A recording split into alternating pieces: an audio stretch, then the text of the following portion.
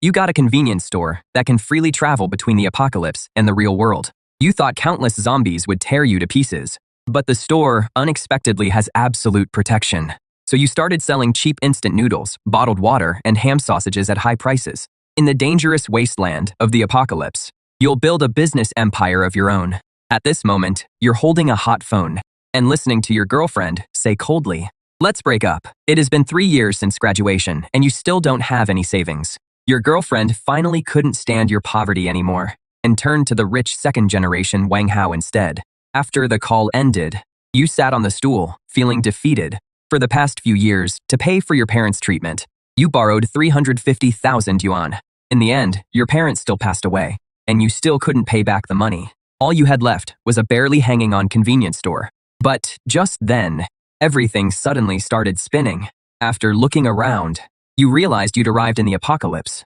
Through the window, you saw a bunch of zombies. The zombies were also drawn to the convenience store that had suddenly appeared. The next second, they all charged at you like crazy. You thought, it is over. But the sound of shattering glass you expected never came. The door that would normally break at a touch didn't budge at all now. Just then, a light screen appeared in front of your eyes. Current world, apocalypse era, store status, absolutely safe. Dimensional travel can be used again in 12 hours. In other words, as long as you stay here for 12 hours, you can return to the original world. You glanced at the monsters outside and ran a frustrated hand through your hair. The shop was less than 20 square meters and packed with all kinds of goods. Braised beef instant noodles, bottled water, ham sausages, bread, cookies. In the original world, all of this together was worth almost nothing. But what about here? A thought rose from deep in your mind. In the apocalyptic world, the most valuable things aren't gold or diamonds, but clean food and water. You rushed to the shelf in a few quick steps and picked up the most ordinary bottle of water. In the original world, this bottle of water sells for 2 yuan. In this world, overrun by zombies, how much would it be worth? You thought of that 350,000 yuan debt and remembered what Zhang Qian said on the phone. Let's break up. You twisted open that bottle of water and took a big gulp.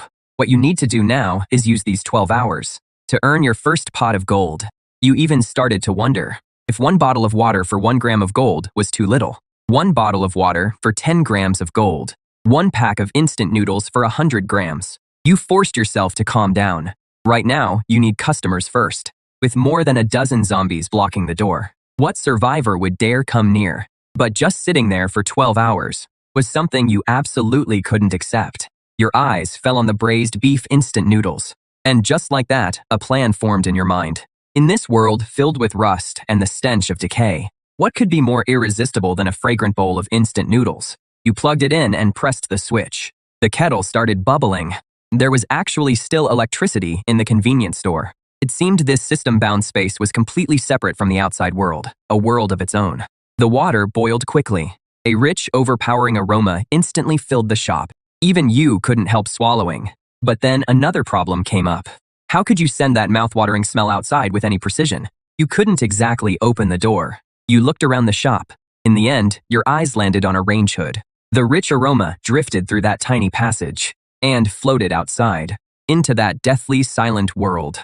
Time passed second by second. Outside, it was still silent as the grave. Just when your patience was running out, a burst of flames suddenly swept over those dozen or so zombies. You looked out the window warily. It was a woman. Her eyes swept over this shop, so out of place among the surrounding ruins. Interesting. In a hellhole like this, someone actually dares to open a store. She walked straight toward the entrance, but the next second, she slammed into an invisible glass wall. You're awakened too. Is this your ability? After a moment of silence, I'm Nightingale. Xiaoguo. How much for that? Gold.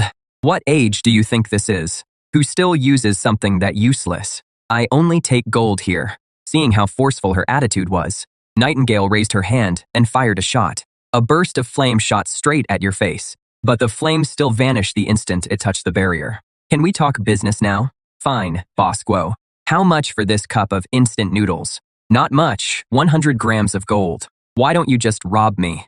Even if gold is about as unwanted as scrap metal right now, that doesn't mean it is lying around everywhere. You don't have to buy it. After saying that, you ignored her.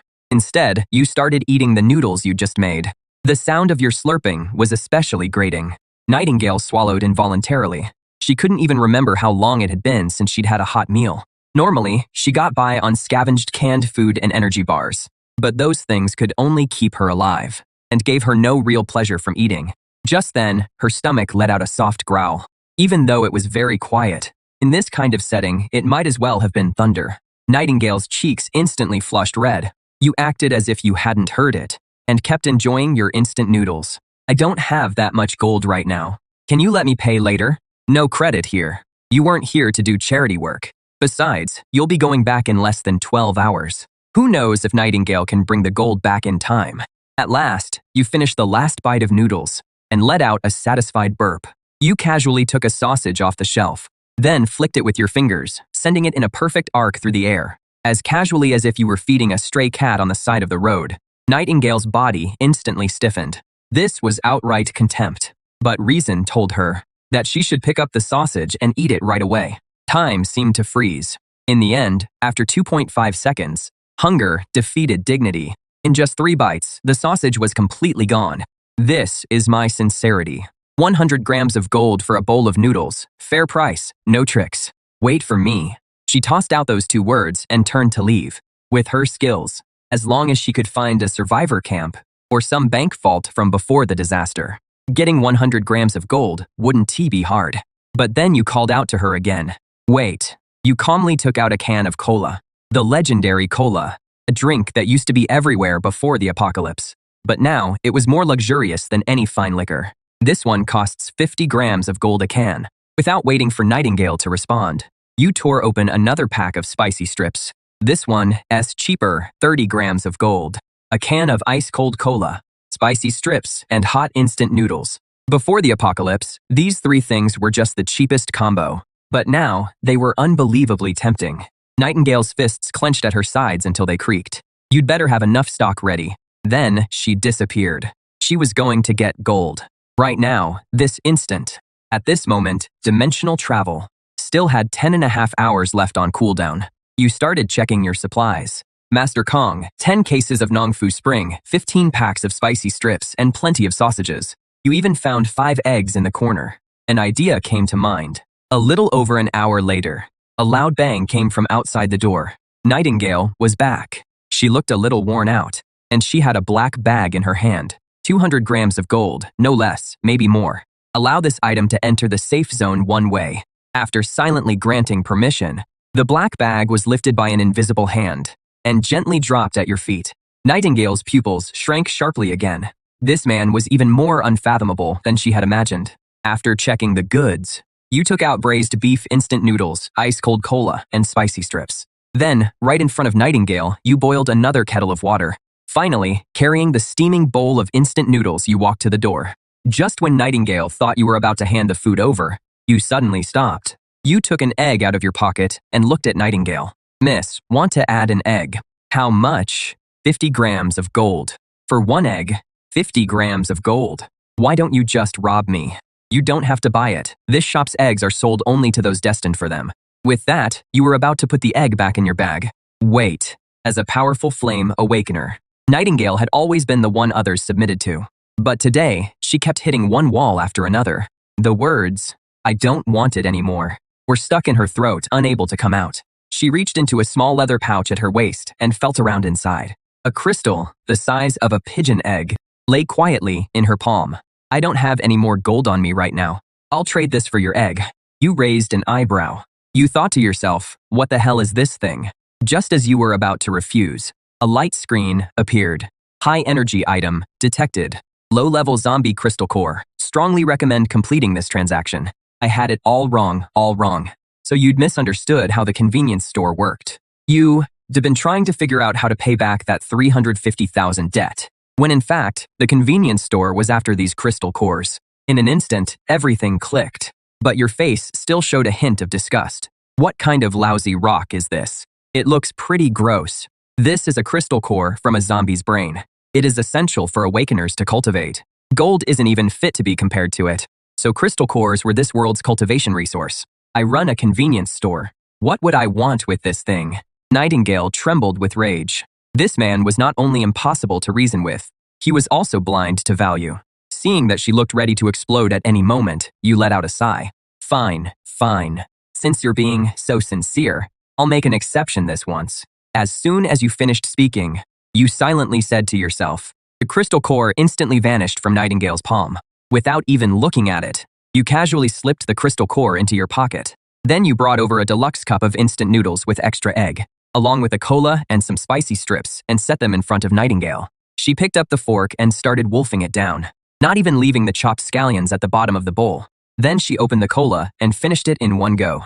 Only then did she tear open the spicy strips and eat them one by one. The whole time, you just watched in silence. I'll be back. After dropping those words, Nightingale turned and disappeared into the darkness at the corner. Only after Nightingale left did you take out the crystal core. A basic zombie crystal core can break the lock on human genes.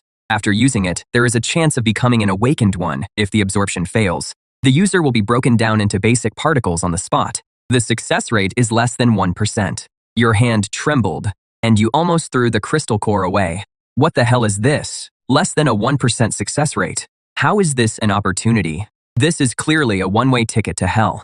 But then the convenience store popped up a prompt.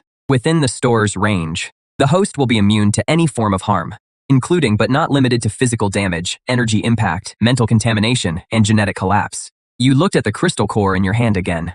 For you, this meant zero risk and huge reward. How do I use it? Swallow it directly. This thing doesn't look edible at all.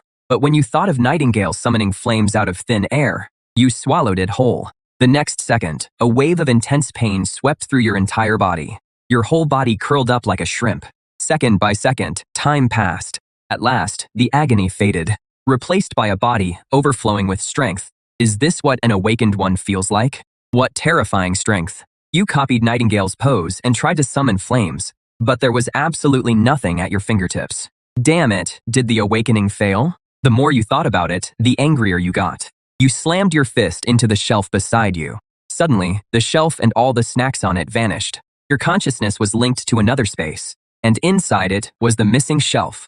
You tried reaching out your hand. The missing shelf returned to its original place. Only then did the system prompt appear. Awakened one, Xiaoguo, your awakened dimensional storage can isolate space, time, and consciousness. Its current storage capacity is 1 cubic meter. As you kept storing and taking out the spicy strips, storing and taking them out, you gradually fell into deep thought. Gold can only solve the debt crisis, but crystal cores are the real key to dimensional travel. There are still 9 hours left on the cooldown. You had to stock up on more crystal cores before leaving.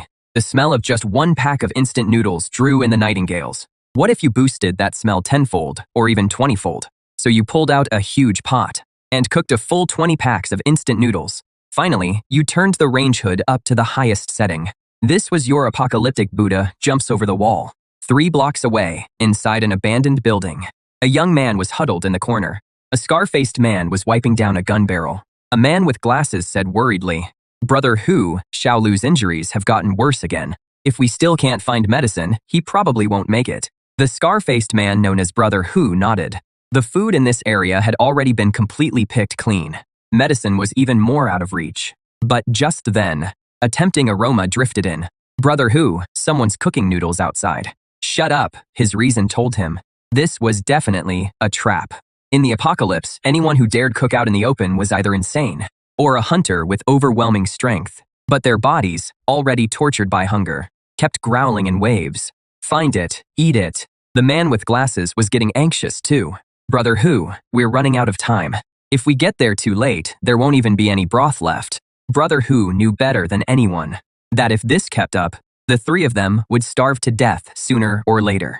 In the end, a ruthless glint flashed in his eyes. They moved through street after street and spotted a small convenience store. A huge electric cooker was sitting right at the entrance. The pot was filled with instant noodles and ham sausages, and you were leaning casually against the doorframe. A trap. This had to be a trap. The 3 of them swallowed hard, but didn't dare step forward. Just then, he saw that behind the abandoned vehicle across from him, there was a man hiding in ambush. The others noticed him too. Brother Hu quickly made a gesture for everyone to stay quiet. Brother Hu calmed down, and soon spotted more people lying in wait. There was a blurry figure in the second-floor window on the left, and a metallic glint behind the trash pile in the alley on the right. At least 4 groups, like them, had been drawn in by the smell. Of course, you inside the hall knew that quite a few people had gathered nearby. Everyone, after watching for so long, aren't you hungry? Your voice wasn't loud, but every person hiding nearby heard it. But there was no response at all. You fished a piece of sausage out of the pot and stuffed it into your mouth. Business is built on goodwill. I've got noodles and water here, and plenty of sausage to fill you up. The man behind the abandoned car finally couldn't hold back and spoke. What is the price? Gold or crystal cores? Everyone was stunned for a moment. Crystal cores made sense. They were real hard currency. But in the apocalypse, gold wasn't even worth as much as a steel plate. At that moment, an angry shout came from behind the trash pile. Damn it, this punk is messing with us. He never planned to trade. Let's kill him together. We'll split what is in the pot evenly. As soon as he said that, the atmosphere instantly turned even stranger. Everyone was thinking fast. But you kept eating your noodles without even looking up. You can try, but let me make this clear first. Anyone who makes a move will lose the right to trade, and can only watch helplessly as others eat noodles and drink the soup. The man behind the trash pile couldn't hold back any longer. Damn it, I don't buy this. He pulled out a shotgun, and 2 more men came out from behind him, holding a machete and a steel pipe. Everyone was waiting for someone to make the first move and test you. The man pulled the trigger without hesitation. But when the bullet was 2.5 meters from the convenience store, it hit an invisible wall. From start to finish, you didn't even flinch. You even fished out another sausage and stuffed it into your mouth. The entire square fell into an eerie silence. His 2 companions with the machete and steel pipe also froze in place. Just then, the man behind the abandoned car seemed to realize something. Since physical attacks don't work, what about non-physical attacks? An invisible wave gathered in his palm. An invisible burst of psychic force shot toward you. This was his ability, Psychic Pierce. But when that psychic blast hit the convenience store, it didn't even cause the slightest ripple. At that moment, everyone understood. Inside the small hall, you were invincible. Even Tiger Bro's underling was already drenched in cold sweat. He was extremely relieved that he hadn't acted on impulse just now. You finally finished the noodles in your mouth. Then you looked toward the man behind the trash pile. I said it before. Anyone who makes a move will lose the right to trade. Does anyone still want to try? The area fell into deathly silence once again, just as the tense standoff was about to drive everyone crazy. The rhythmic click of high heels came closer and closer. Everyone looked toward the source of the sound. It was Nightingale. Tiger Bro recognized the woman. Or rather, in these ruins, any survivor who had lived long enough had heard of Nightingale, a top-awakened fighter who used fire as her weapon. What is she doing here? You've really caused quite a stir. There are always people who have to learn the hard way. I suggest you all put away those thoughts you shouldn't be having. Forget the scrap metal in your hands. Even I couldn't damage this store in the slightest. The whole square fell silent once again. Tiger Bro took a deep breath and slowly walked out. He spread his hands open to show that he had no weapon. The people hiding in the other corners also started showing themselves one by one. Nightingale stopped paying attention to the others. She pulled several items from her belt. 3 gleaming gold bars. Each one weighed a kilo. I want cookies, canned food, and water. Any food that is easy to carry and store. For a top hunter, those ready-to-eat processed foods were the more practical choice. You liked doing business with smart people. Soon, you brought out compressed biscuits, luncheon meat, canned food, and bottled water. A deal was easily completed in front of everyone. Nightingale took the food. Then he turned and disappeared into the darkness. Everyone's attention shifted back to you. This time, there was no more testing or killing intent. Only the purest desire remained. Now, it is your turn. You all understand the rules, right? Gold or crystal cores for food. Except for the guy guarding the door, of course. The man finally couldn't hold on any longer. He crawled and stumbled over to you. Boss, I was wrong. I really was wrong. Please, just give me a bite to eat. Even a sip of soup is enough. The 2 companions behind him also dropped to their knees and begged for mercy. The survivors around them felt no sympathy, only relief that they hadn't acted impulsively just now.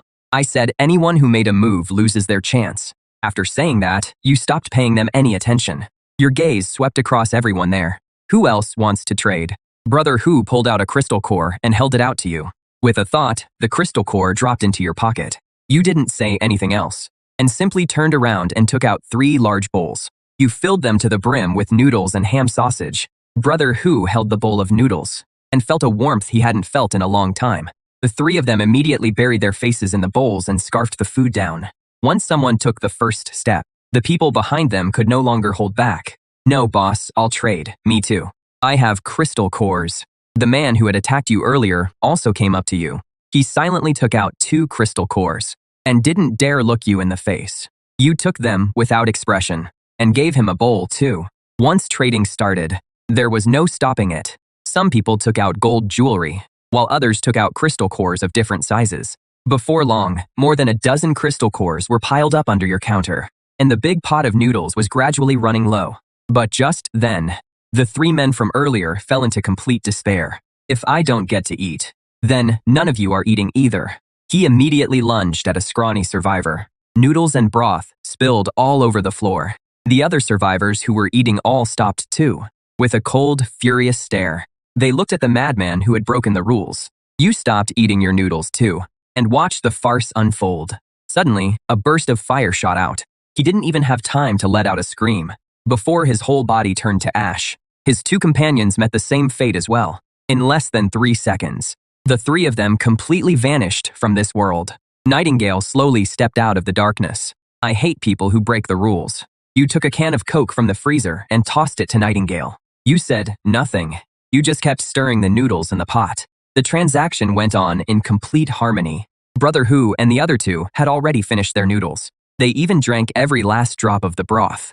More and more people poured in from every corner of the ruins. The shelves in the convenience store were emptying at an astonishing speed. No one complained about the prices, and no one caused any trouble. In the end, you sold out everything in the store. Nightingale tossed aside the empty Coke can in her hand. She walked up to you. You made a fortune. When are you coming back next time? I don't know.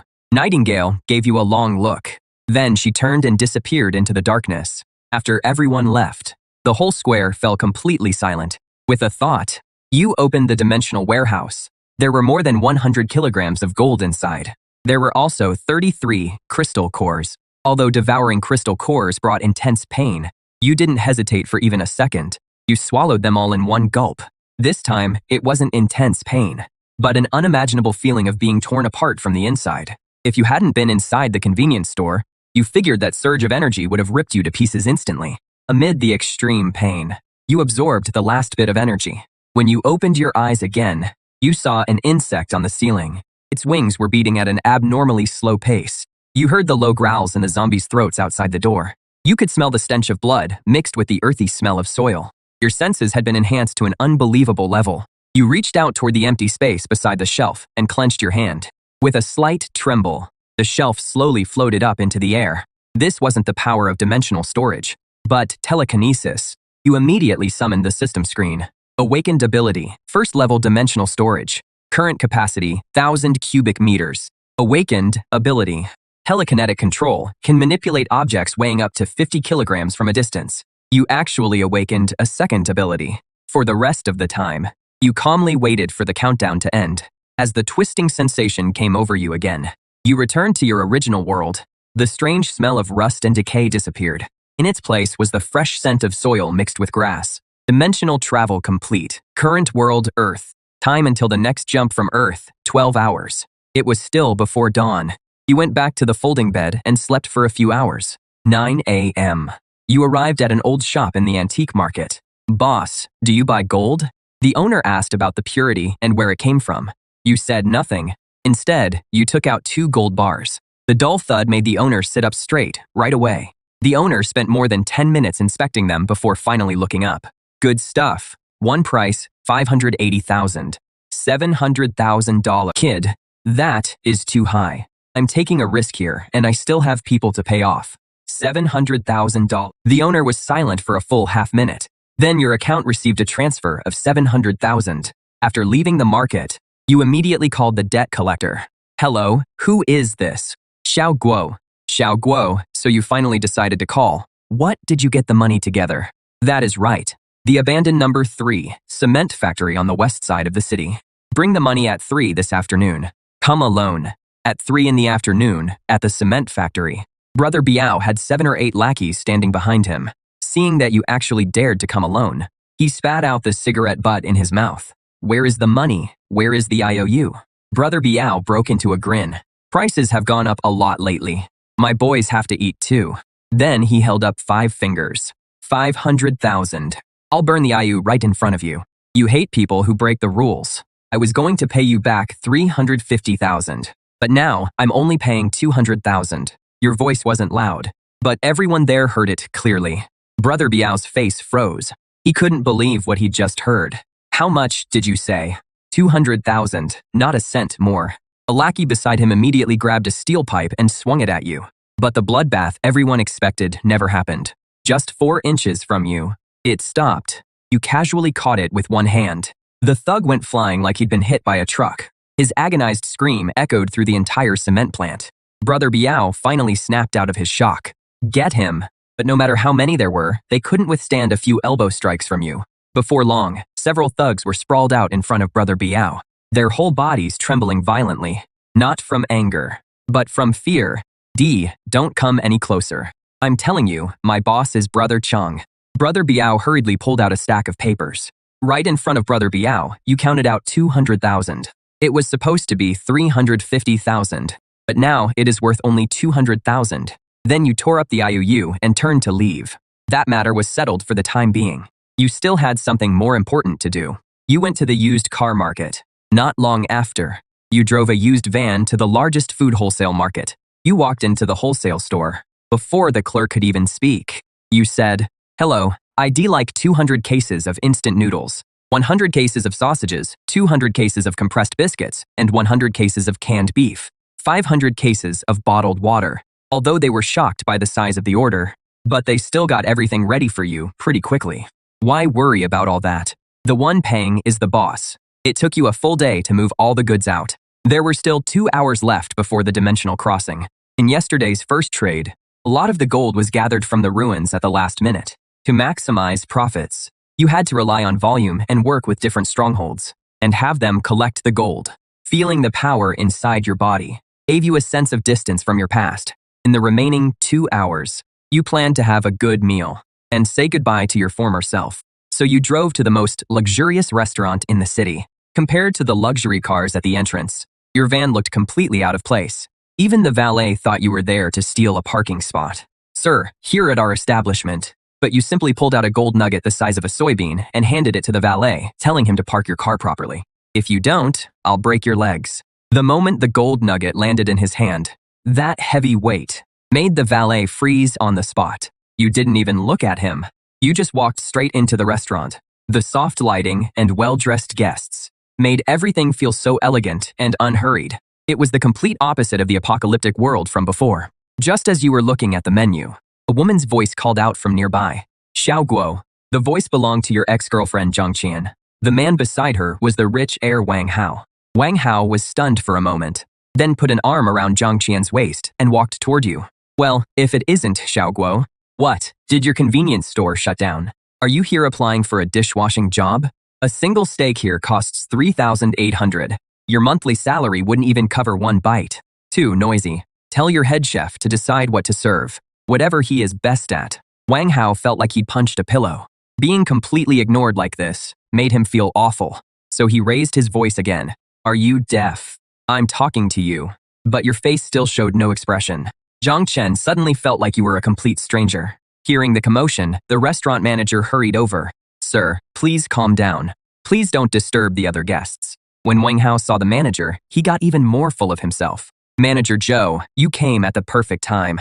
So your restaurant lets just anyone in now. Letting someone like this sit here is dragging down your restaurant's class." Manager Zhou, of course, knew Wang Hao. Although he was the son of some local real estate tycoon, he noticed how unusually calm you were. So he stayed polite but firm. "Mr. Wang, our restaurant treats every guest equally. Do we have a private room?" Manager Zhou immediately gave you a 90-degree bow. "Mr. Xiaoguo, we're deeply sorry. We failed to serve you properly and ruined your dining experience." He immediately had a new server escort you to a private room. From beginning to end, you didn't even look Wang Hao in the eye. Wang Hao still wanted to say something, but Manager Zhou cut him off. "Mr. Wang, please stop causing a scene at once, or I'll have no choice but to call security and ask you and this lady to leave." In the private room, all kinds of exquisite dishes were served. Back then, you weren't even worthy of eating them. Now that you'd tried them, you realized they were nothing special. After the meal, you returned to the convenience store. At that moment, there were 150 seconds left until the next traversal. When the time ran out, the city's noise quickly faded away, replaced by the dead silence of the apocalypse. The 12-hour traversal cooldown had also dropped to 11 hours. You guessed that as the number of traversals increased, you'd eventually be able to travel freely between the apocalypse and the real world. You could feel many eyes on you from all around. The survivors from last time had already spread news of the mysterious convenience store all over. The people coming now were no longer starving stragglers, but scouts from organized groups. After about 10 minutes, a figure walked toward the convenience store. The man stopped at your door with a rifle slung over his back. "My name is Scorpion. I'm here on behalf of Rock Stronghold. I'd like to talk about a deal with you. Our stronghold needs a large amount of supplies. Food, water, medicine, weapons, ammo, we want it all. I don't sell weapons." There was no disappointment on Scorpion's face, as if he'd already expected that answer. He pulled out a gold bar from his pocket and set it on the table. "This is the deposit. We want to build a long-term partnership with you. We hope you can give us a better price. My prices are the same for everyone." Just then, several faint ripples appeared in the shadows behind him. Scorpion raised a hand in a calming gesture. "We're sincere about this." You said nothing. Instead, you reached out toward the canned meat on the shelf without touching it. It slowly floated over to the counter. Scorpion's pupils suddenly shrank. Before seeing your telekinesis, Scorpion had thought your only advantage was that impenetrable defense. He didn't expect you to be a powerful awakened one yourself. 1 case of canned food. 1 gold bar. We need an exact number. We need to know exactly how much stock you have. That was also one of the reasons for this visit. You let out a soft chuckle and snapped your fingers. A small mountain of bottled water appeared out of thin air on the ground. The sight made Scorpion's brain freeze for a full 2.5 seconds. Is this enough? If not, you snapped your fingers again. Another small mountain appeared, this time made of compressed biscuits. Scorpion swallowed hard. The man in front of him not only had telekinetic powers, he also had spatial powers. "How do you set the price?" "I told you already, 1 gold bar. For 1 case of canned food, we'll take it all. But we'll need time to prepare. Gold can be traded for goods. As for the scattered items on the shelves, if you want to buy in bulk, you'll have to pay a different price. Qinghe can't be used for trade. It is the source of an awakened one's power. It is the foundation of the stronghold's existence. That is your problem, not mine."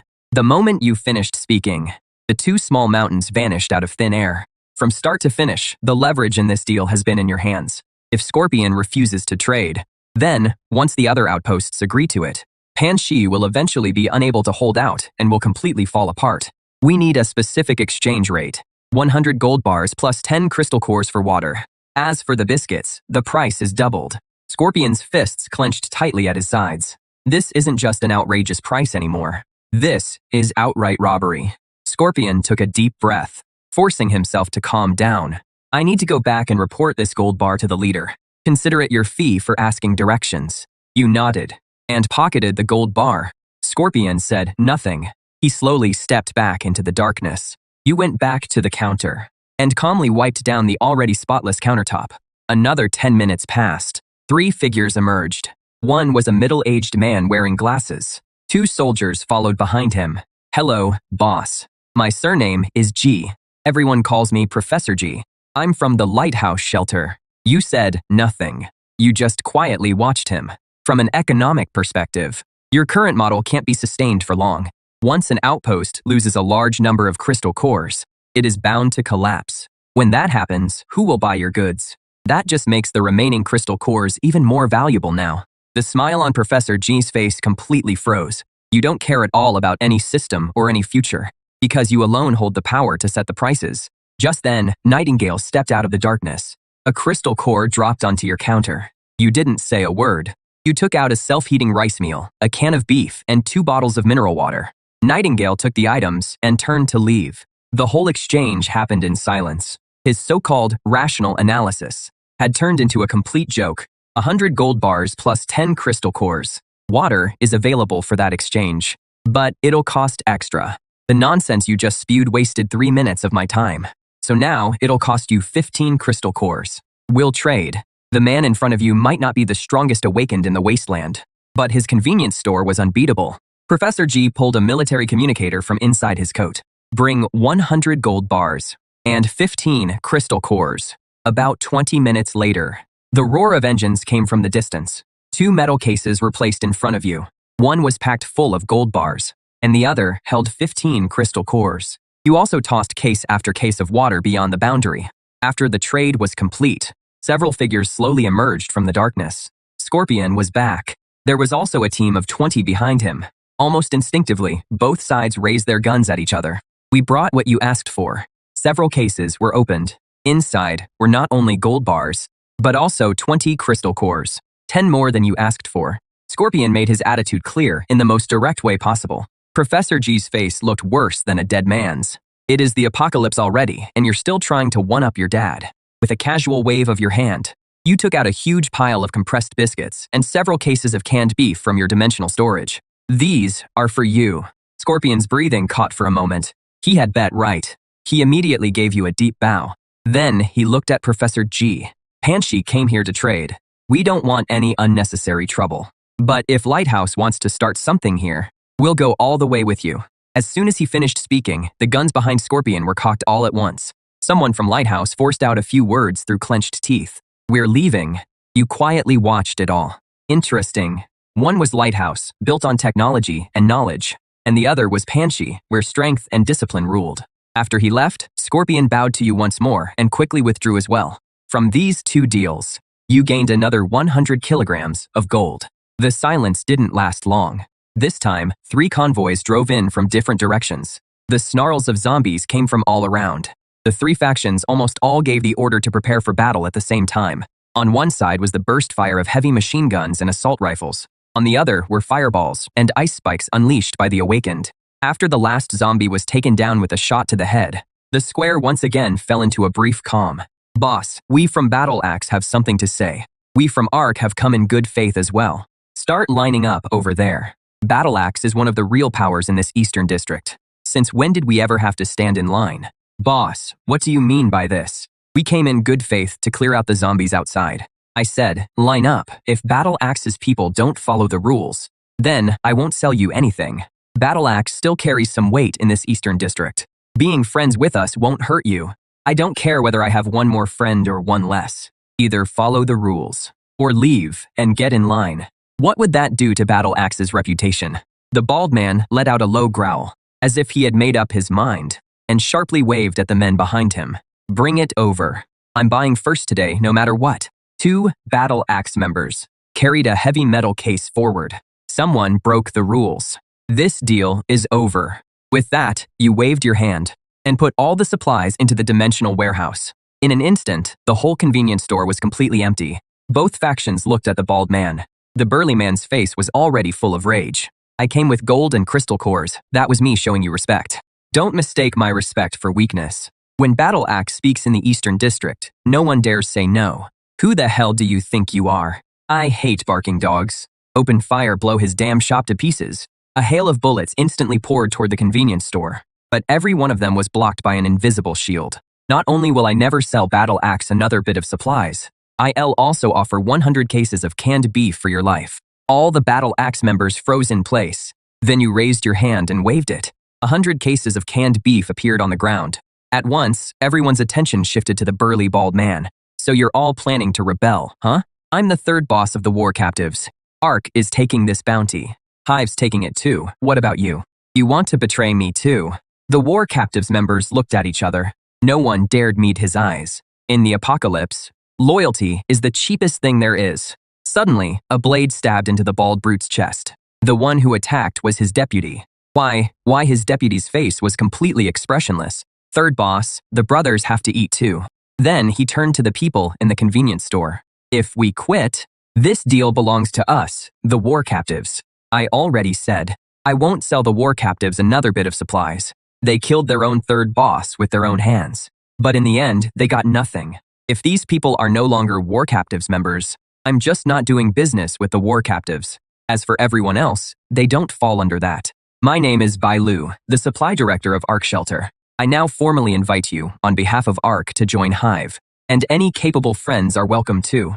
The deputy's mind raced. We're willing to join Ark. The dozen or so people behind him all lowered their weapons in unison, showing their surrender. Leaning against the counter, you casually raised a hand. That small mountain of 100 cases of canned beef came to a steady stop in front of the deputy. Meanwhile, the deputy was quick to get the hint. He walked up to Bai Lu and said, "Director Bai Lu, thank you for ARC's protection. We're willing to offer you these cans as a meeting gift." The people from Hive watched with envy, but they didn't dare think anything else. This time, no one dared voice any objections. Bai Lu stood behind the counter. The gaunt man from Hive also silently lined up behind Bai Lu. "What do you want?" "Compressed biscuits, water, and instant noodles." As soon as he finished speaking, 2 boxes were opened. Inside were 50 gold bars and 20 crystal cores. After the deal was done, he didn't hurry off. "Boss, do you take advance orders here?" "Yes. What antibiotics do you want?" "The more cold medicine, the better. Go back and make a list. Then, bring the deposit. Next time, I'll bring the goods to you." Next up was Shui Shou from Beehive. Like Bai Lu, the man had ordered medicine, as well as cigarettes and alcohol. After the deal was done, some people with odds and ends started trading. Some had gold jewelry, and some had low-grade crystal cores. But then, someone brought out something new to trade. It was a car battery. The battery energy density and cycle life in this world were actually nearly twice as advanced as those in your world. You suddenly realized that all this time, you'd been treating this world like an ATM for crystal cores and gold, while overlooking the fact that before the disaster hit, this world already had its own tech tree. You turned and took out 2 loaves of bread and a bottle of water, along with 2 ham sausages. The survivors around you were all stunned. "That is a lot. From now on, I'll take this kind of battery too." At the back of the crowd, several loners were quietly forming a circle around him. He held the heavy food in his arms, his body shaking violently. This food wasn't hope. It was a death sentence. "I have something to ask him. Whoever dares make a move. I don't mind trading a few more crates of canned food for his head." At that moment, the few loners suddenly froze. After all, Axe's third boss was still sleeping not far away. "What is your name?" "Zhou Yuan." "Where did this battery come from?" "Skyvault Technology Park. I used to be a battery engineer at Skyvault Technology. This Thor 7 was our company's flagship product. When the disaster broke out, we had just finished a batch for an order. There are at least tens of thousands of finished batteries left in the company warehouse. But the thousands of employees in the park all turned into zombies." You nodded. "If you use the gold you have on hand to recreate a production line, then with the Thor 7's performance specs, it could definitely spark an energy revolution in the original world. Assuming the production line is already gone, can you get the complete manufacturing data for this kind of battery, including all the raw materials, formulas, and processing methods? The servers in the park have the complete files. As long as we have the servers, I can get the data out." The way you looked at him completely changed. How is he just a LOP engineer? He is clearly a walking key to a treasure vault. We'll need the help of the local big shots for this. With that in mind, you looked at Zhou Yuan. "From now on, you work for me. Your job is to identify and evaluate all the tech products I get. In return, I'll provide you with food and water." An uncontrollable surge of joy rose in Zhou Yuan's heart. What does it mean to rise to the top overnight? This is what it means to rise to the top overnight. But some survivors were quick to catch on too. If Zhou Yuan could turn his life around with a single battery, why couldn't they? For a while, a gold rush swept through the survivors. A damaged motherboard from a military drone. A sealed refrigerated case for biological samples. Even half of a burned academic journal. You refused none of it, and had Zhou Yuan appraise everything. The gold rush went on for quite a while. Just then, 2 glaring headlights tore through the darkness. Then came the steady, powerful roar of an engine. Bai Lu and the thin man surnamed Shui got out almost at the same time. Several crates filled with gold and crystal cores sat on the ground. "This is the deposit from our archive. Deposit received. I'll have your goods ready for the next deal." Bai Lu and the thin man surnamed Shui bowed at the same time. They were extremely humble. Even though the deal was done, neither of them had any intention of leaving. Their eyes were fixed on Zhou Yuan and the pile of junk on the ground. Your gaze stayed calm and unreadable. There is a Skydome Technology Park in the northern ruins. There are tens of thousands of finished Thor 7 batteries there, but more than 5,000 zombies are holed up there. That number is enough to swallow up anything. "Boss, you mean? I'm giving you a chance to make a fortune. I'll put up the money and you'll provide the manpower. Help me clear out the tech park. Bring back the server mainframes inside completely intact." Bai Lu and Huang Feng's minds were both racing. The risk was off the charts, but the payoff would be just as huge. More importantly, this is a chance to build close ties with this mysterious shop owner. Hive is in. Our Hive, Ripper Squad, has the strongest solo assault capability in all the ruins. We can guarantee the mission gets done. Huangfeng, don't get ahead of yourself. ARC has the best technical team in the ruins. Hacking, dismantling, transport. Only we can make sure it is foolproof. We'll take the Sky Dome Tech Park mission. Rock is in. We have the most awakened. We guarantee we'll bring the server back intact. What a joke. 5,000 zombies. Once Rock's awakened burn through their stamina, how many can they really kill? Going there would be suicide. Scorpion, this isn't something brute force can solve. Without our technical staff, you won't even make it through the tech park's front gate. Tiankong Tech's chief power engineer, Wang Chongming, is with our lighthouse. No one knows that place better than he does. As soon as he said that, Bai Lu, Huangfeng, and Scorpion's expressions changed drastically. So Lighthouse was holding a trump card like this. Enough. I don't care if it is Ark, Rock, or anyone else. I only care about results. If anything happens to the server, or if I don't get what I want, then none of you should expect to trade for anything from me again. Not even a single grain of rice. As soon as he said that, the representatives of all four sides went pale. Your words were so blunt, so unforgiving. Rock agreed to cooperate. Once the first faction agreed, the other three quickly followed. The four strongest factions in the ruins formed an unprecedented alliance. A formidable force made up of nearly 100 awakened and several hundred elite soldiers was born. He is going with you. Bring him back without a single hair out of place. Don't worry, boss. We guarantee Mr. Zhou Yuan's safety. There is one more potential risk in this operation, the prisoners of war. Their third in command died here. Lei Bao is the kind of man who always gets revenge. He'll never let this go. The prisoners may not be as strong as they are, but if they're set on causing trouble, while they're locked in battle with thousands of zombies, even the slightest disruption could lead to irreversible consequences. Everyone's attention turned to you again. One prisoner, 10 cases of canned beef for an ordinary member. One minor leader is worth 100 cases. As for Lei Bao, their boss, I'll trade 1,000 cases of canned food for him, whether it is you or any drifter in the ruins. Whoever brings his head to me gets the canned food. The four factions all gasped. The risk Bai Lu had mentioned wasn't a risk at all to this man. The square fell deathly silent. The representatives of the four factions no longer dared entertain even the slightest ulterior motive. Today, it could be the prisoners. Tomorrow, it could be any one of them. Once the bounty was issued, there was no room left for negotiation. Bai Lu, Huangfeng, Scorpion, and Professor J. These four people who could shake the ruins with just a stomp of the foot didn't waste another word. They assigned the tasks as quickly as possible. Then each quickly left in their vehicles with their men. Before leaving, Bai Lu specifically walked over to Zhou Yuan. Mr. Zhou Yuan, please come with us. We'll need you to give us more details about the tech park on the way. Zhou Yuan instinctively glanced at the convenience store. Only after getting your nod did he get into the vehicle with ARC's people. After you closed the door, you didn't hurry back to the other world. With a thought, you took out all the money from the trade earlier that day. Without the slightest hesitation, you grabbed a handful and stuffed it into your mouth. The familiar pain hit again. After waiting for the last trace of energy to be fully absorbed, you suddenly opened your eyes. Awakened 1 Xiaoguo. Awakened Ability 1. Dimensional storage, current capacity, 3,000 cubic meters. Awakened Ability 2. Telekinesis can remotely control objects weighing up to 200 kilograms. It can also reshape and accelerate objects. It was no longer just simple remote retrieval. Your eyes landed on the metal shelf in the corner. This time, you didn't make a grabbing motion, or even raise your hand. With just one glance, the metal shelf was instantly compressed into an ultra-dense metal ball. There were 12 minutes left before dimensional travel. It was time to go back. The appearance of the Thor No. 7 battery was like a seed that planted a forest called ambition in your heart. You are no longer content to be a simple interdimensional middleman. In this safe, modern world, you were going to build a business empire of your own. Those hundreds of tons of gold had to be turned into working capital as soon as possible.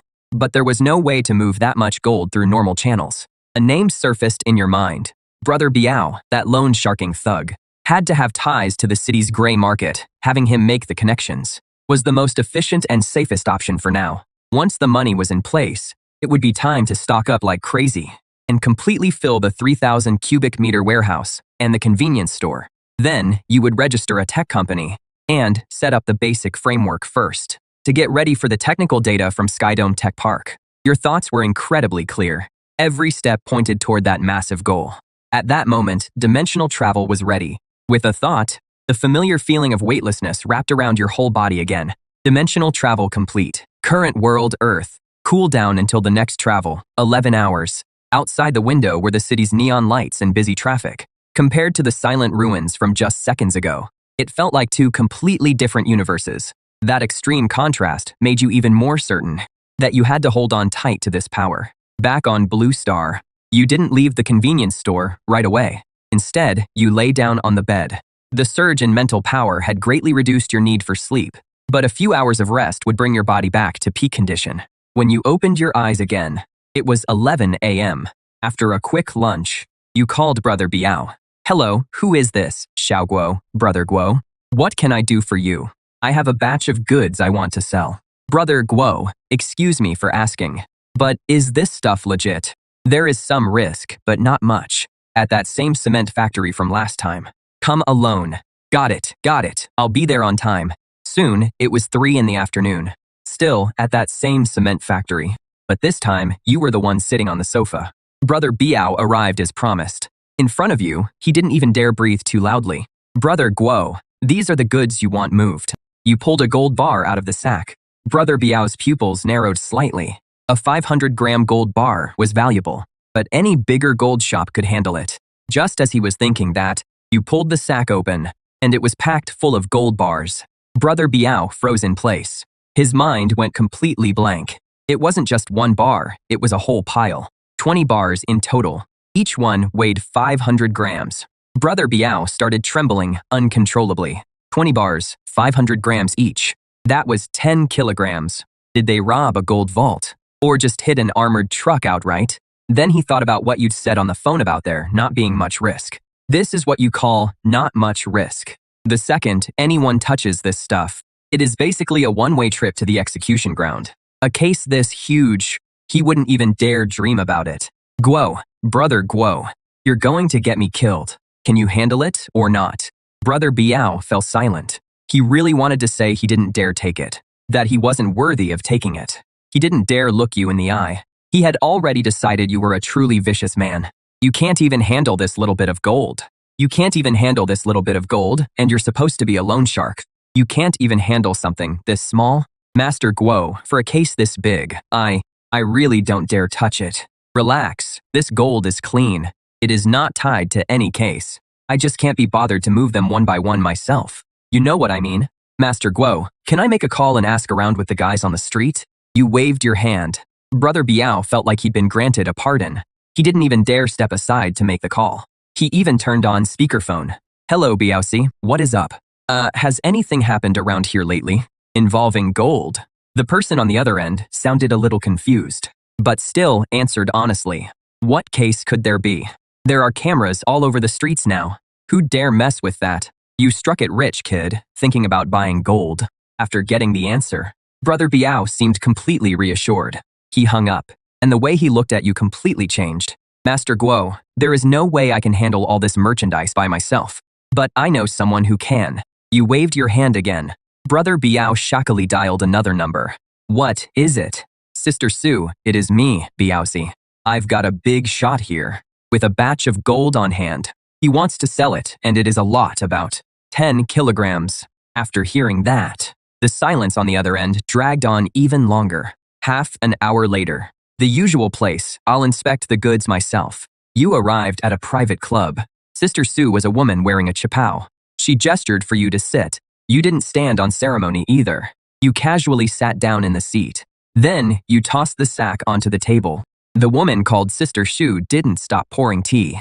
Only after sliding the tea in front of you did she slowly speak. "My friend, how should I address you?" "Mr. Guo, may I see the goods?" You nodded.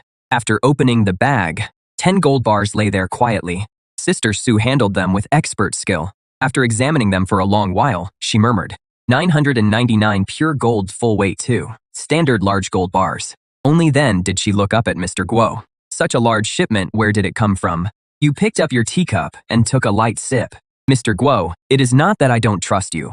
It is just that this business has its rules. 10 kilos is no small amount. I have to get a clear answer. As she spoke, she watched your expression. But you said nothing. You just glanced at Biao-ji. Biao-ji immediately got the message and hurried out. Then you took a gold bar out of the bag. With Sister Sue watching, you applied a little pressure. The gold bar was like putty in your hands. Someone with that kind of strength would have no reason to deal in a batch of dirty gold. She took a deep breath and named her price. 710 per gram for 10 kilos, that is 7 million. You didn't agree, but you didn't refuse either. What is the most you can move? A flicker of hesitation crossed Sister Sue's face. You were testing the limit of her entire network. Mr. Guo, if the goods are all this clean, I can move 50 kilos for you every month. So 35 million a month, too little. You slowly held up one finger. 100 kilos is a tenth of a ton. Sister Sue could no longer keep her composure. Mr. Guo, are you joking? 1 ton of gold at current market prices would mean nearly $1 billion in cash flow. Her operation simply couldn't handle something that big. Impossible. No private channel can move a ton of gold within a month. This isn't even just about money anymore. It is a direct challenge to the entire modern financial regulatory system, and cash flow in the hundreds of millions would definitely draw the attention of the authorities. That would be a huge problem. Of course, you'd already thought of that. So, what if I don't need all of it converted into cash? You mean an asset swap? I need an industrial park or a battery manufacturer. That unexpected answer left Sister Sue completely stunned. She hadn't expected you were moving gold, not for a life of luxury, but to build a real business.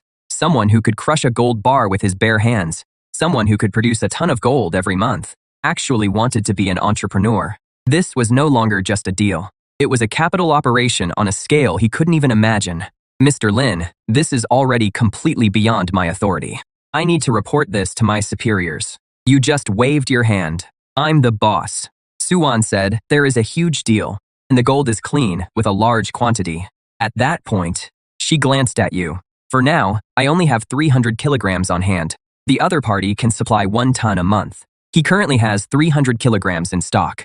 After the call ended, Suwan went from leading the deal to being nothing more than a messenger. Mr. Guo, my boss wants to meet you in person. Tomorrow night at 7, same place. You nodded and pointed at the gold. Let's sell this batch first. As a show of good faith, we can offer 810 yuan per gram for this batch. In less than 5 minutes, 8 million was deposited into your account. After the deal was done, Suwan personally saw you off and stayed until you drove away in that van. After you left, Brother Biao came over with a flattering smile. Sister Sue, how did it go? As for Master Guo, from now on, anything involving Mr. Guo, don't ask a single question. Whatever he tells you to do, just do it. If anything goes wrong, no one will be able to protect you. Brother Biao felt a jolt in his heart. He nodded over and over like a pecking chick. After leaving, you didn't go back to the convenience store. Instead, you went to the wholesale center. When the salesperson from last time saw you, he immediately came out to greet you. Boss Lin, you're back. What do you need this time? Use this list. Multiply the quantity of every category by 10. The manager glanced at it. His hands trembled slightly. I'll make sure everything's fully taken care of. After paying the 2 million yuan for the goods, you made trip after trip to the industrial park, until more than half the dimensional warehouse was filled. You still had something even more important to do. A box of ordinary antibiotics, in that ruined world, was worth far more than gold. You drove to the city's wholesale medicine district. You didn't choose one of the big, polished storefronts. Instead, you walked into a small shop in an alley. After the middle-aged man in the shop glanced at you, no prescription or hospital purchasing license, no sale. But you simply pulled out your phone and showed him your balance. The long string of zeros reflected in the man's eyes. Amoxicillin, tourniquets, gauze, iodine solution, saline. However much you have, I'll take it all. The man's breathing stopped for a moment. Why are you buying so much? You just need to tell me whether you'll sell or not. In the end, he lowered his voice and took a deep breath. The storeroom's in the back. Follow me. Half an hour later, your car was packed full of boxes of medicine. Another $1 million+ payment went out. Next stop, Wujin City. Diesel generators. I want 20 of this model. Solar charging panels. And the matching batteries. I'll take the whole lot. Wrenches, pliers, welding machines. Right, don't unpack them. Move them box by box. Last stop was the gas station. Regular channels wouldn't let you fill that much. Luckily, Brother Biao gave you an address, a private fuel depot hidden on the outskirts of town. When the owner heard you wanted several hundred barrels of gasoline and diesel, he practically wanted to call you his godfather on the spot. The several million you spent this time would pay you back 100-fold, even 1,000-fold in another world. At this point, there was still half an hour left on the dimensional travel cooldown. But you decided to wait a bit first. After all, if you traveled over now, it would be nighttime. You planned to adjust the timing. It would be best to travel over during the day. Morning came. You opened your eyes. It was exactly 6 in the morning. A familiar feeling of weightlessness instantly spread through your body. Dimensional travel complete. Current world apocalypse era. Next travel cooldown, 10 hours. The moment you opened the door, a crowd of loners rushed over. Boss, I've got a battery here. Take a look. In his hand was a Thor 7 battery. The next second, the battery vanished. In its place were bread and bottled water. For the rest of the time, the survivors swarmed forward. This went on until 7 o'clock, when a slight tremor ran through the area. The 4 major factions of the ruins all got out of their vehicles together. Boss, we're ready. All technical staff and equipment are in place. The Hive scouts have already gone ahead. They're clearing obstacles along the way. Engineer Wang Chongming has confirmed the server's exact location. We can leave at any time. Have you all had breakfast? The sudden question caught Scorpion and the others off guard. Before they could answer, you gave a broad wave of your hand. A huge amount of instant noodles, self-heating rice, and canned food piled up into a mountain of supplies. The 4 of them swallowed hard. Even for them, getting enough to eat wasn't easy. As for eating well, that was even more out of reach. What are you all standing around for? It is from the boss. Go on. That shout was like lighting a fuse. The next moment, everyone lined up in an orderly way to get food. The soldiers' eyes instantly turned red. They stuffed food into their mouths in big bites. If even breakfast before departure was this generous, then if they really completed the mission, what would they get? Would they get meat with every meal? Just as everyone was enjoying the most lavish meal of the apocalypse, you made another move. Several more cardboard boxes hit the ground. This time, it wasn't food, but cigarettes. In the apocalypse, cigarettes were second only to crystal cores. As hard currency, hand them out. 2 packs for each regular soldier, and 1 carton for each awakened. These weren't ordinary supplies. This was a luxury for the soul. What you did was more effective than any pre-battle pep talk. It didn't just fill their stomachs. It also soothed their tense spirits. Just when everyone thought that was all, you raised your hand again. This time, it was several black cases marked with precise symbols. Professor G rushed over. He opened one of the cases. Inside were reconnaissance drones. The other cases held matching radios, anti-jamming, ultra-long battery life, thermal imaging. With these, we can avoid 90% of the danger ahead of time. Scorpion, Bailu, and Hornet gathered around. Their breathing grew heavy. In the past, they could only rely on scouts risking their lives to search the way ahead, and communication basically meant shouting. This was a total game changer. With everyone fed and rested, all the fighters were in peak mental condition. Move out. The roar of engines merged into a torrent of steel, making the ground itself tremble. The 4 major factions of the ruins rolled towards Skydome Tech Park. Bedrock's heavy trucks led the way, using their rams to tear through abandoned vehicles blocking the road with ease. Ark's convoy held the center in support. Inside her vehicle, Bailu used drones to monitor the surroundings, calmly coordinating each unit's route. Hive's motorcycles, led by Hornet, cruised along both flanks. Lighthouse's transport trucks followed steadily at the rear, protecting Professor G, the tech team, and the supplies. At that moment, a Hive scout's voice came through the radio. A small lion pack spotted 500 meters ahead, around 30 total. No special mutated variants detected. Bailu quickly gave the order. Arc Team 2, take them out. As soon as the order was given, several off-road vehicles broke away from the main force. Then the roof-mounted machine guns opened fire. A dense hail of bullets instantly tore the lion pack apart. The whole process was smooth and efficient, without a second wasted. Meanwhile, in the convenience store, you were leaning back on a folding bed, watching the monitor in front of you. The screen clearly showed the footage sent back by the drones. At that moment, the steel convoy stopped 1 kilometer from Skydome Tech Park. Skydome Tech Park was like a small city. 5-meter-high alloy walls stretched endlessly around it, and every 100 meters, there was a watchtower flashing red warning lights. The combat units quickly spread out and took up defensive positions. Meanwhile, Scorpion, Bailu, Hornet, and Professor G gathered together. their faces grim as they stared at the screen. Bai Lu zoomed in on the gate structure and said, "The main gate system is completely locked down. We'll need high explosives to blow it open." After hearing that, Scorpion said with a fierce look in his eyes, "Perfect. We'll lure every monster in the facility over here and take them all out. That'll save us from having to search for them one by one." Everyone agreed. So Bai Lu immediately began planning. They would build a fan-shaped defensive position centered on the gate. "We'll hold the breach and shred the entire undead horde coming through. Lighthouse handles the demolition. Hive handles security and cleanup. Bedrock holds the front line. Move out." As soon as the order was given, the 4 major factions sprang into action. The entire allied force moved like a finely tuned war machine. The fighters from Han Chi's stronghold set up the first line of defense in front of the gate. They also set up heavy machine guns aimed at the gate. Meanwhile, ARC personnel quickly set directional charges. Several Earth-type awakeners pressed their hands against the ground. At once, a deep rumble sounded. Then, the solid ground began to writhe and heave. Trenches appeared out of nowhere, forming a complex network of subzones. Before long, a crude but deadly defensive fortification had taken shape.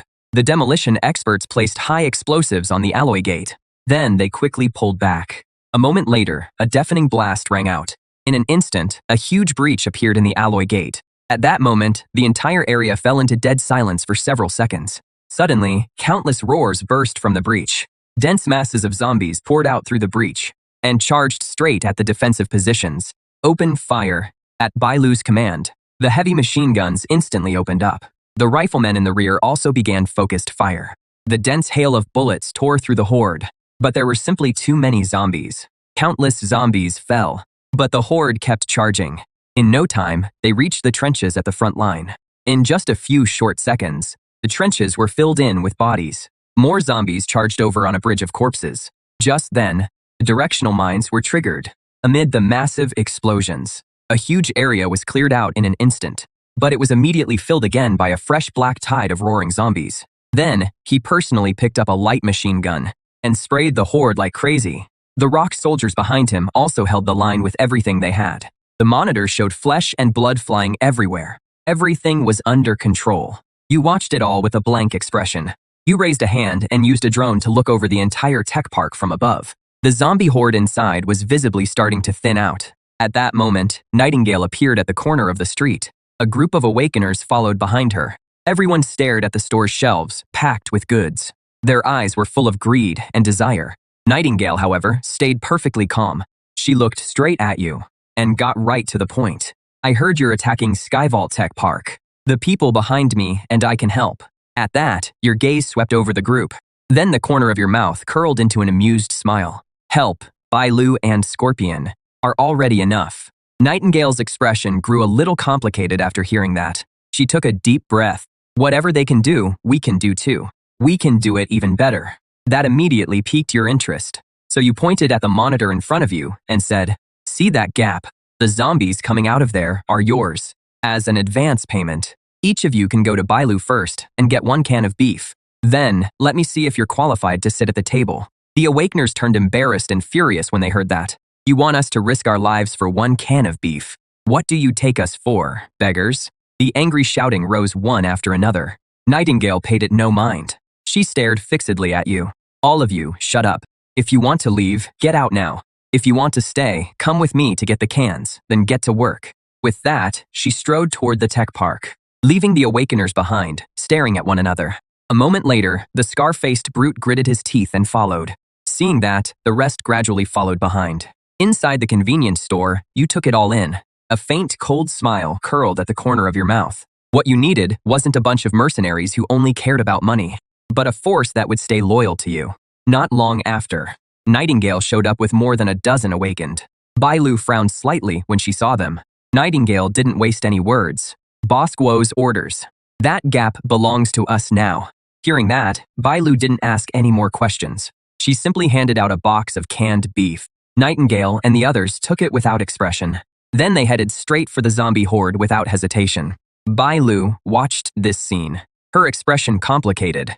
She couldn't understand why you had sent this group of independents onto the battlefield. But she still pushed down her doubts and gave a new order. "Everyone, conserve ammunition. Extend firepower to both flanks." In an instant, the gunfire weakened. A deadly gap opened outside the defensive line. Countless zombies surged wildly toward the gap.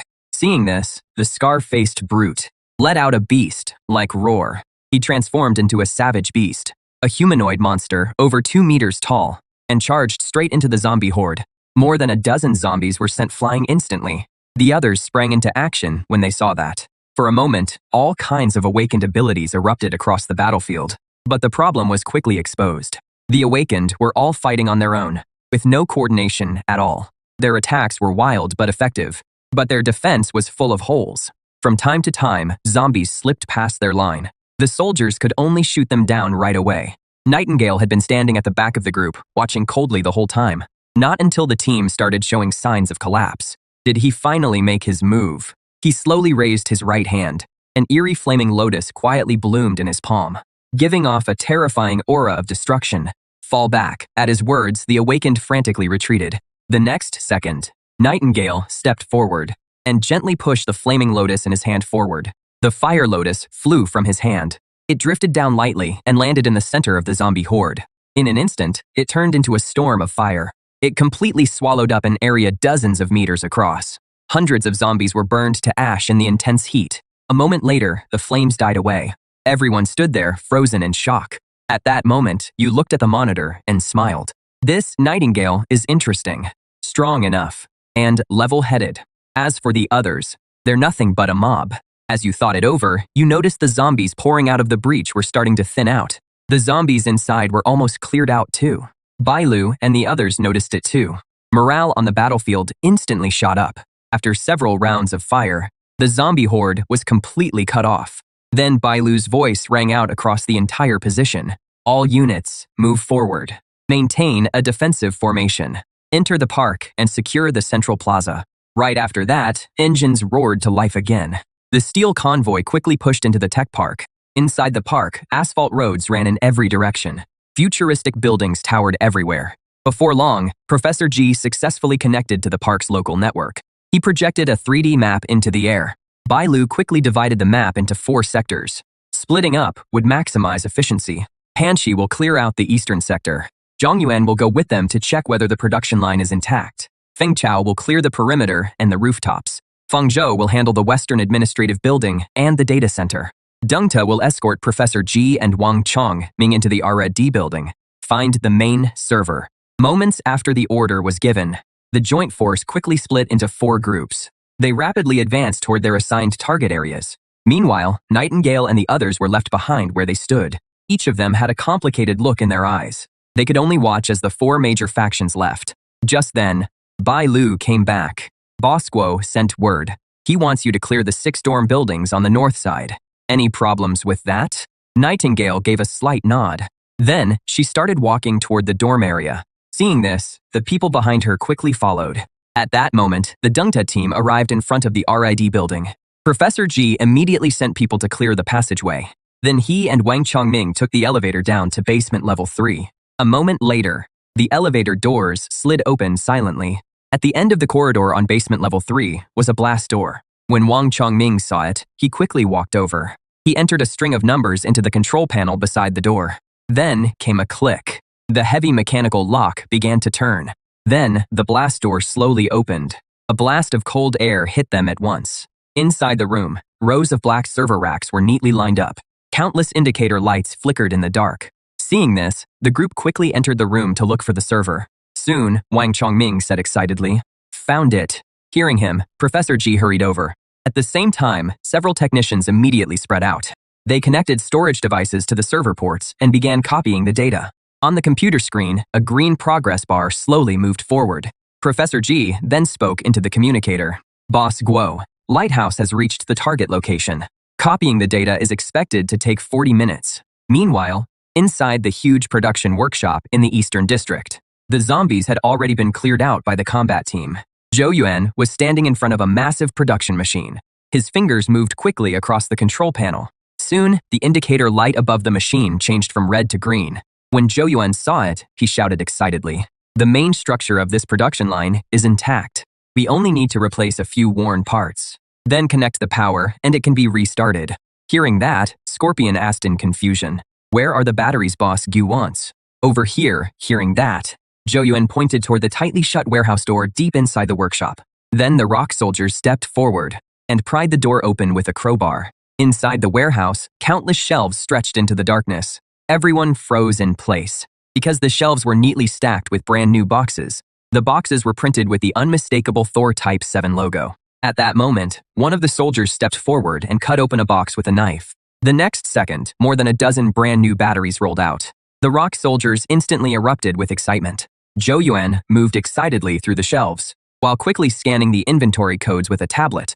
There are at least 30,000 batteries here, and they're in excellent condition. The damage rate is under 5%. Hearing that, Scorpion could barely contain his excitement. If we bring this back, Boss Guo's canned food reward will probably pile up like a mountain. At that moment, Zhou Yuan called out again. There is more than one production line here. There are 2 complete production lines. As soon as he finished speaking, Scorpion burst into deafening laughter. He grabbed the walkie-talkie. Boss Guo, report. We found 30,000 intact batteries in the East District warehouse. There are also 2 complete production lines. In the convenience store, you were still leaning against the folding bed. Good news kept coming through the communicator. Beehive has secured all the high ground. No large-scale enemy presence has been found. The dorm building in the North District has been fully cleared.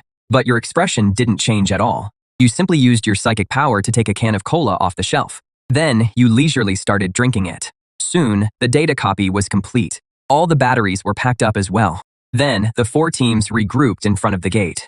By then, Scorpion was starting to feel uneasy. He didn't know whether you would agree to the victory banquet, or even take it out on him because of it. Just thinking about it made Scorpion's blood run cold. Not long after, the main group returned to the front of the convenience store. An eerie silence fell over the area. All eyes were fixed on the tightly shut rolling door. A moment later, the rolling door slowly rose. Your expression was calm. As you slowly walked out, your gaze fell on Scorpion. Scorpion, you said earlier that you wanted to hold a victory banquet, right? Hearing that, Scorpion's heart instantly sank. A fine sheen of cold sweat broke out on his forehead. I overstepped. Boss Guo, but you suddenly cut him off. Not a bad idea. Then you raised your hand and gave a slight wave. In an instant, in the middle of the square, a small mountain of meat appeared. There was pork, beef, chicken, and duck. Right after that, countless greens and potatoes appeared out of thin air. There were even several hundred cases of ice-cold beer. In an instant, the square filled with the sound of people swallowing. Then, your voice rang out again. What are you all standing around for? There is plenty of meat today. As soon as the words were spoken, the whole crowd fell into a brief dead silence. Then, thunderous cheers rose into the sky. The soldiers could no longer hold back. They all rushed toward that mountain of meat. A moment later, the Kanchi warriors set up grills and lit the charcoal. The people from the Ark started washing vegetables. Meanwhile, the Hive scouts spread out around the area. They took charge of security for the feast. Dozens of minutes later, the rich smell of meat filled the square. Everyone ate grilled meat and drank beer, as if everything had gone back to before the disaster. Meanwhile, Nightingale stood at the edge of the crowd, looking at you as you calmly watched it all. At that moment, she suddenly understood. What you gave her was not humiliation, nor was it charity. It was a choice. To keep being a lone wolf fighting over scraps, or submit to the Lion King, and enjoy the feast granted by the Lion King. You leaned against the doorframe, drinking a Coke. Suddenly, Scorpion came running over, his face glowing red. He gave a solemn bow. Boss, from now on, Panrock will be your most loyal ally. My life is yours, too. You said nothing. You simply crushed the empty Coke can in your hand, then tossed it into a trash can 10 meters away. Then, you said calmly, if you listen from now on, you'll have meat at every meal. Then you turned and walked back into the shadows of the convenience store. Those words hit everyone there like a shot in the arm.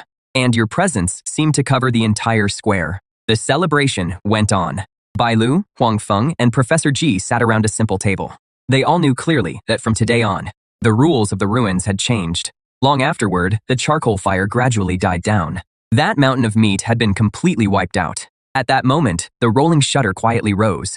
You stepped out once again. Everyone's eyes instantly turned to you. But you only raised a hand and waved. And piles of supplies suddenly appeared out of thin air in the square. There were not only compressed biscuits and rice, but also countless neatly stacked cans of luncheon meat and cigarettes. There are 2 shares of supplies here. One share is the payment promised to the 4 major factions. The other share will be divided among everyone who fought in the battle. Claim your share based on your merits. Bai Lu will handle the distribution. Scorpion will assist her. After saying that, you turned and went back into the convenience store. The square erupted in thunderous cheers once again. Bai Lu then stepped forward and began organizing the distribution according to the merit records. The whole process was orderly. At that moment, everyone knew the old era was over. From now on, there would be only one rule in these ruins, and that was your rule. Before long, all the supplies had been handed out. One convoy after another started their engines and drove out of the square. Before long, the square was left with nothing but scattered bones and empty bottles. Meanwhile, Nightingale and the Awakened stood alone in the middle of the square. At that moment, they knew perfectly well that you were their only choice. Seeing this, you gave a casual wave of your hand, and dozens of boxes of instant noodles and canned food appeared out of thin air. This is your payment. Take it and go. As soon as you finished speaking, the burly scar-faced man suddenly roared. Are you treating us like rags to be tossed aside after you've used us? You're sending us off with just one meal. The crowd behind him immediately grew restless too. But Nightingale did not move. She took 2 steps forward and looked straight at you. We want to stay and work for you. The tech park is empty right now. It won't be long before scavengers from the ruins set their sights on it, with no one guarding it. All that equipment and those supplies will be cleared out within a day. The people from the 4 major factions have gone back to recover. They won't be back anytime soon. And we're the only ones who can head to the park right away. At her words, the Awakened behind Nightingale fell silent and looked at one another. A faint smile touched the corner of your lips. As you said, calmly, in that case, you will no longer be free Awakened. You will become my first directly commanded action team instead. Codename, Nightblade. You'll be the captain. Your voice carried a firm resolve that allowed no argument. As your words fell, Nightingale gave a slight nod. Seeing that, you raised your hand again. The next second, a brand new diesel generator landed on the ground. Several barrels of diesel were set beside it. Right after that, a small reconnaissance drone and its control tablet appeared. Last came more than a dozen brand new military radios. This is your equipment. Now take your payment and your equipment and head to the technology park immediately.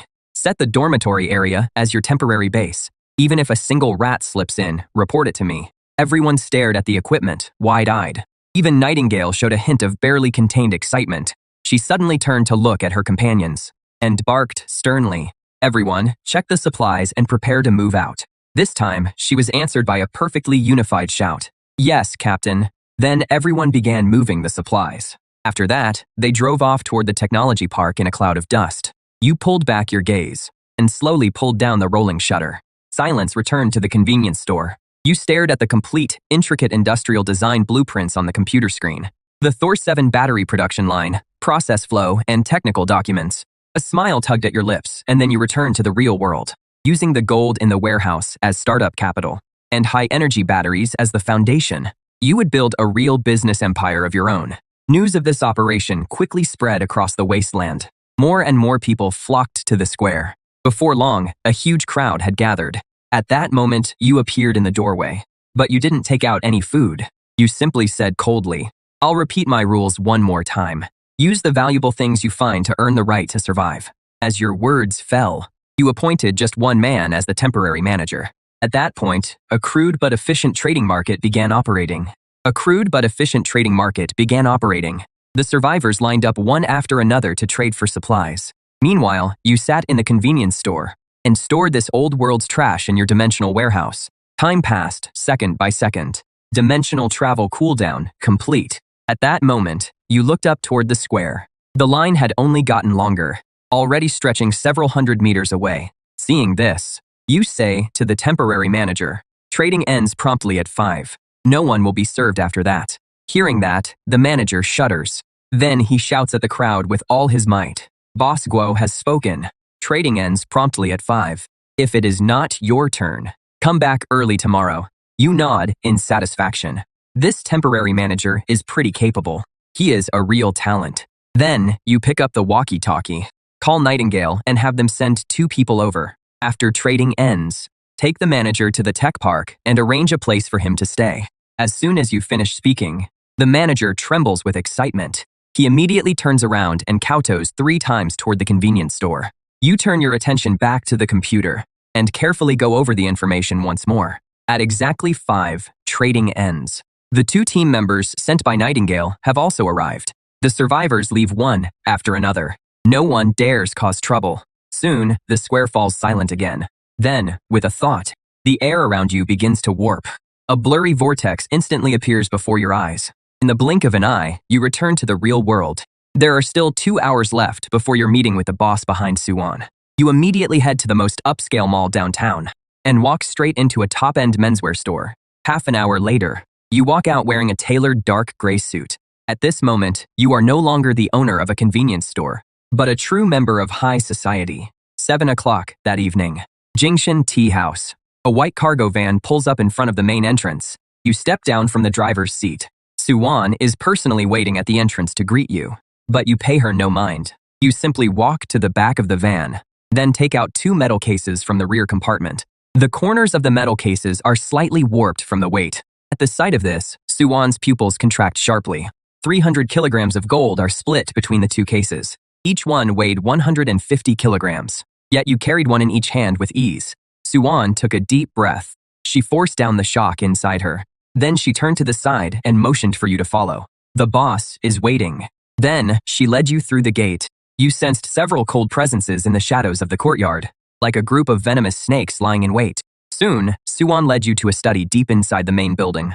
Inside the study was a rosewood desk and walls lined with books. An elderly man was sitting behind the desk. He was holding a thread-bound ancient book, completely absorbed in it.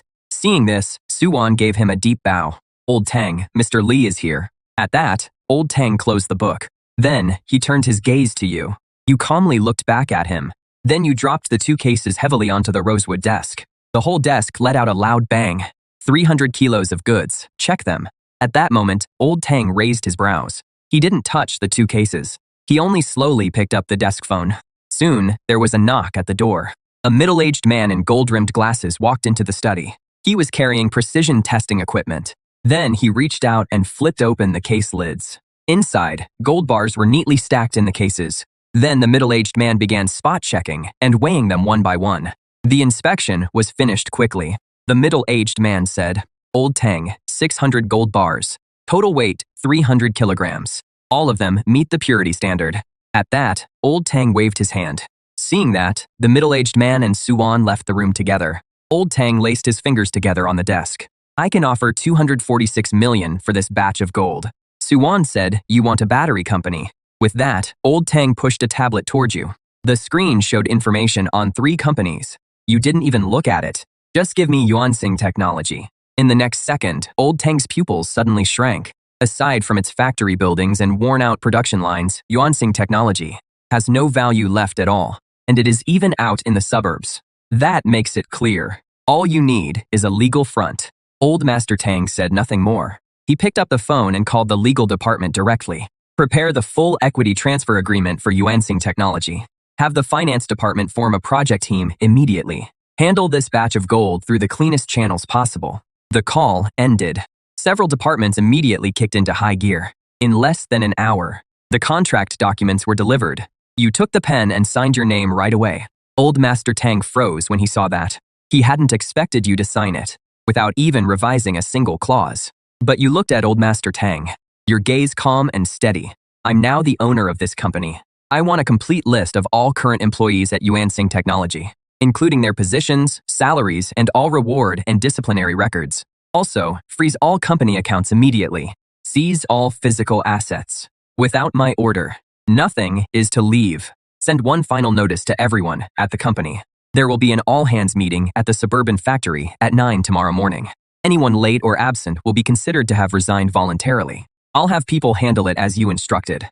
The acquisition price for Yuansing Technology is 180 million. How do you plan to deal with the remaining gold?" At that moment, you handed over a sheet of paper. "I need 5 million in cash. Please hold on to the rest for me for now, Old Master Tang.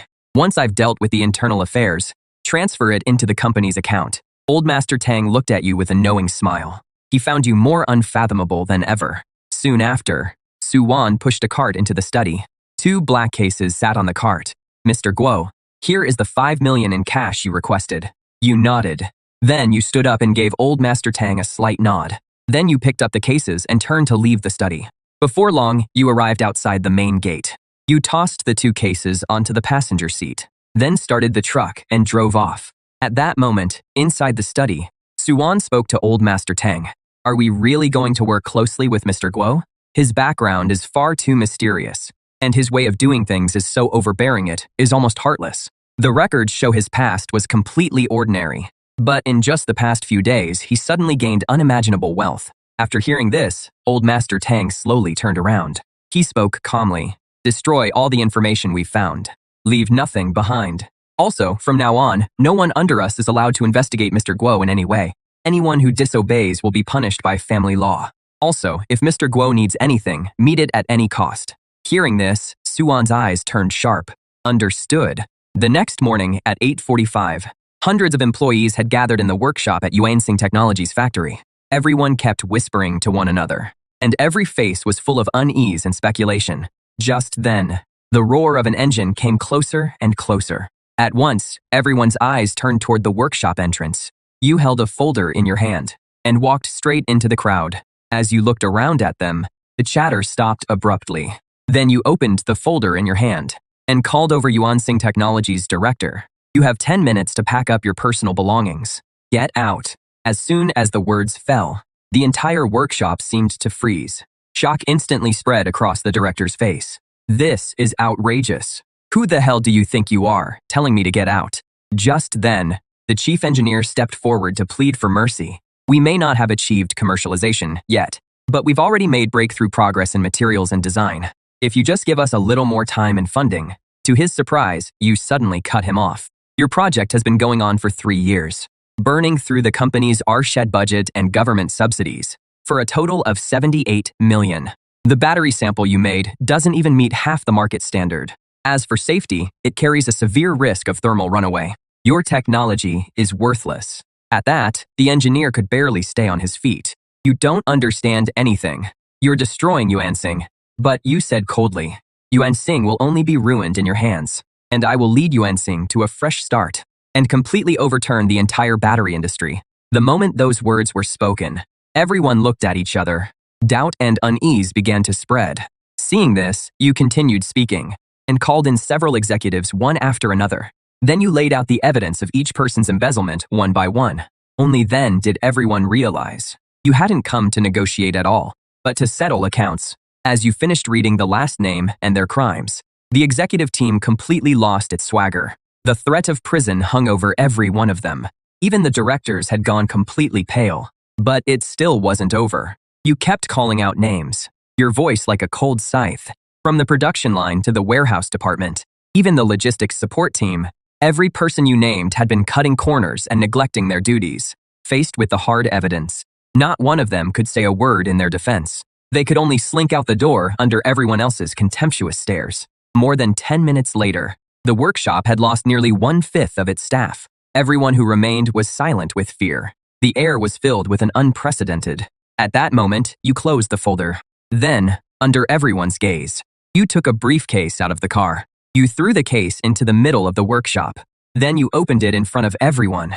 Inside were stacks of neatly arranged red banknotes. 5 million in cash was laid out in plain sight just like that. You said calmly, "This money is for you." The money those people embezzled and skimmed was far more than this.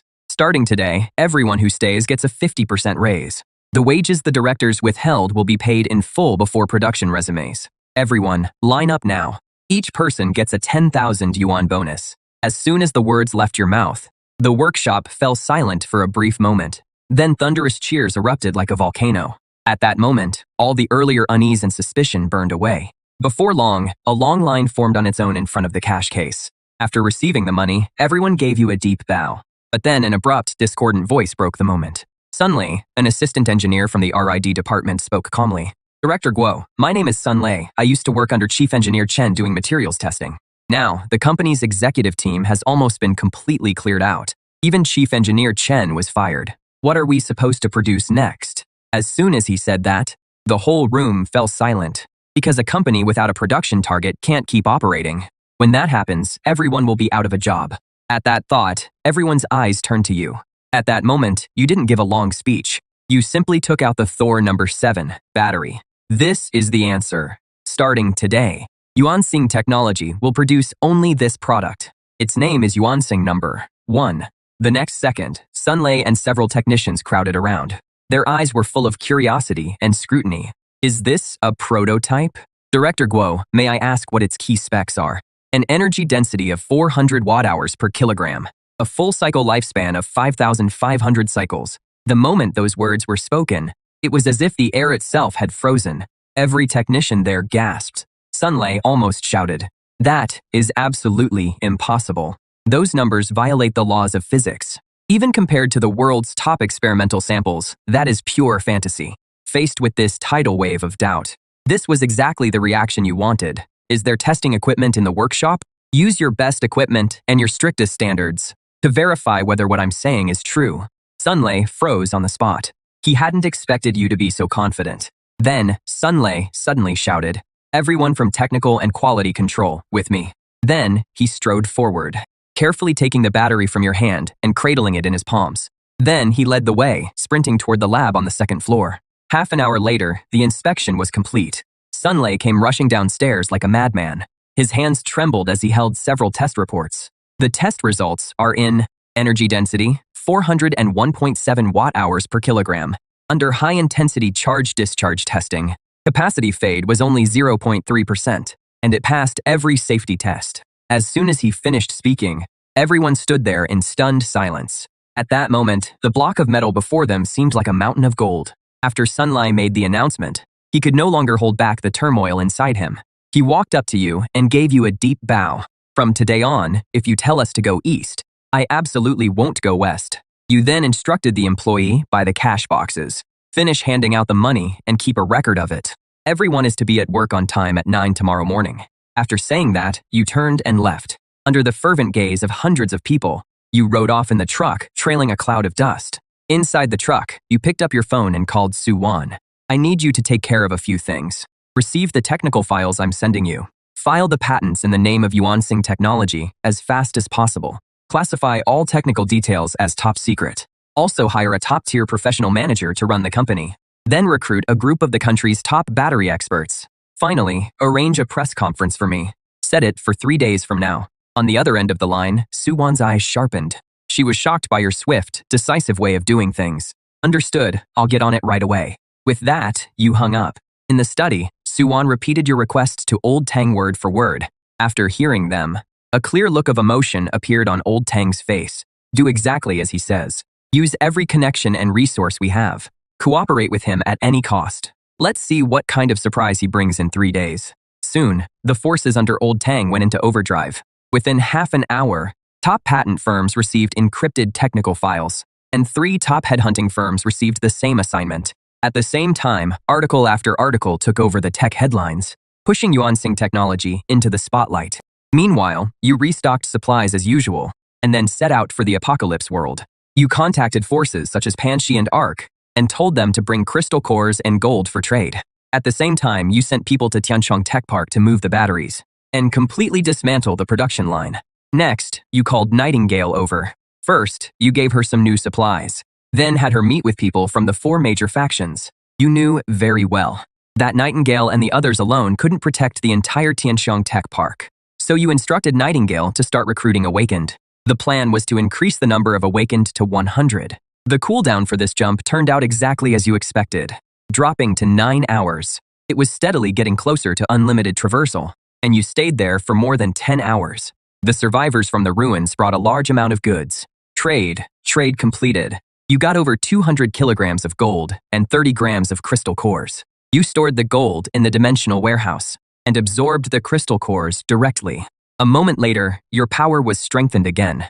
The dimensional warehouse's capacity increased to 4,000 cubic meters, while your telekinesis was enhanced to lift objects weighing 300 kilograms. It could also compress and accelerate metal even further. After finishing all that, you returned to the real world and slept soundly. You didn't go to Yuansing Technology until the next day. At that moment, the factory grounds were livelier than ever. The employees couldn't hide the smiles on their faces. Every so often, a burst of exclamations would come from the lab, all of them marveling at the battery's performance. And you sat in the office, having just hung up with Su Wan. She was on her way with the talent you wanted. An hour later, There was a knock on the office door. Then, a short-haired woman walked in.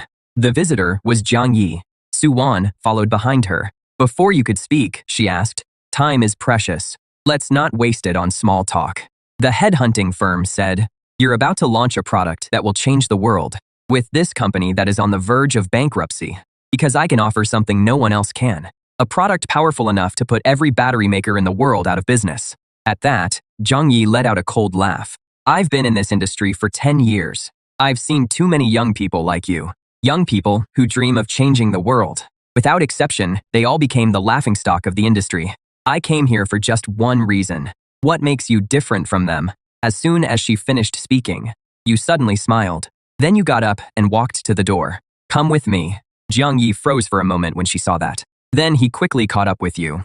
Su-wan hurried to catch up too. Before long, you arrived at the quality inspection lab on the second floor. You told Sunlei to bring over the quality inspection report.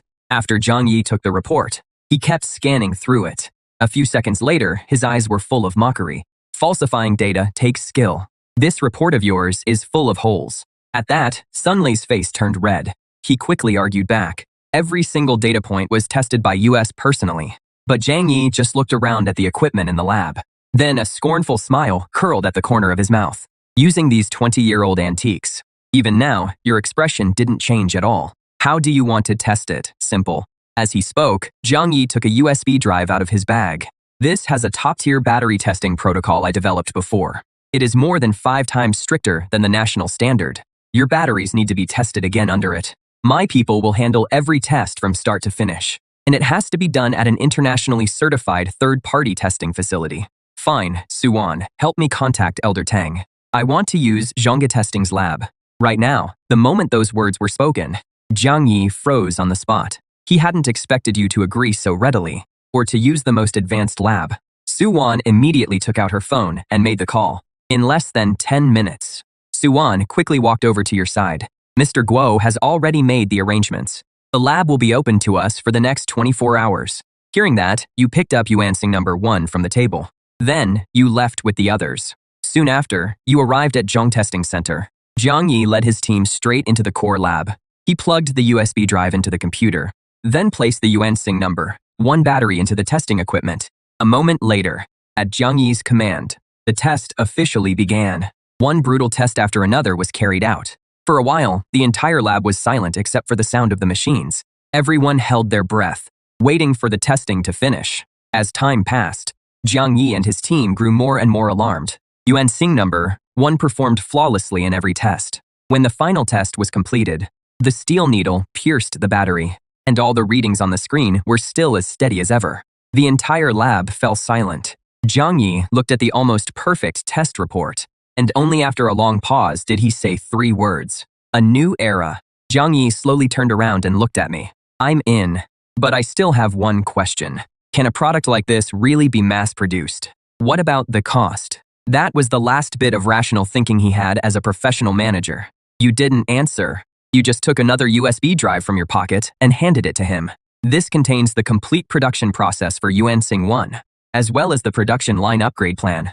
Your task is to move as fast as possible and turn the production line into one that can mass produce it. As for the production cost, it is only 10% higher than current mainstream batteries."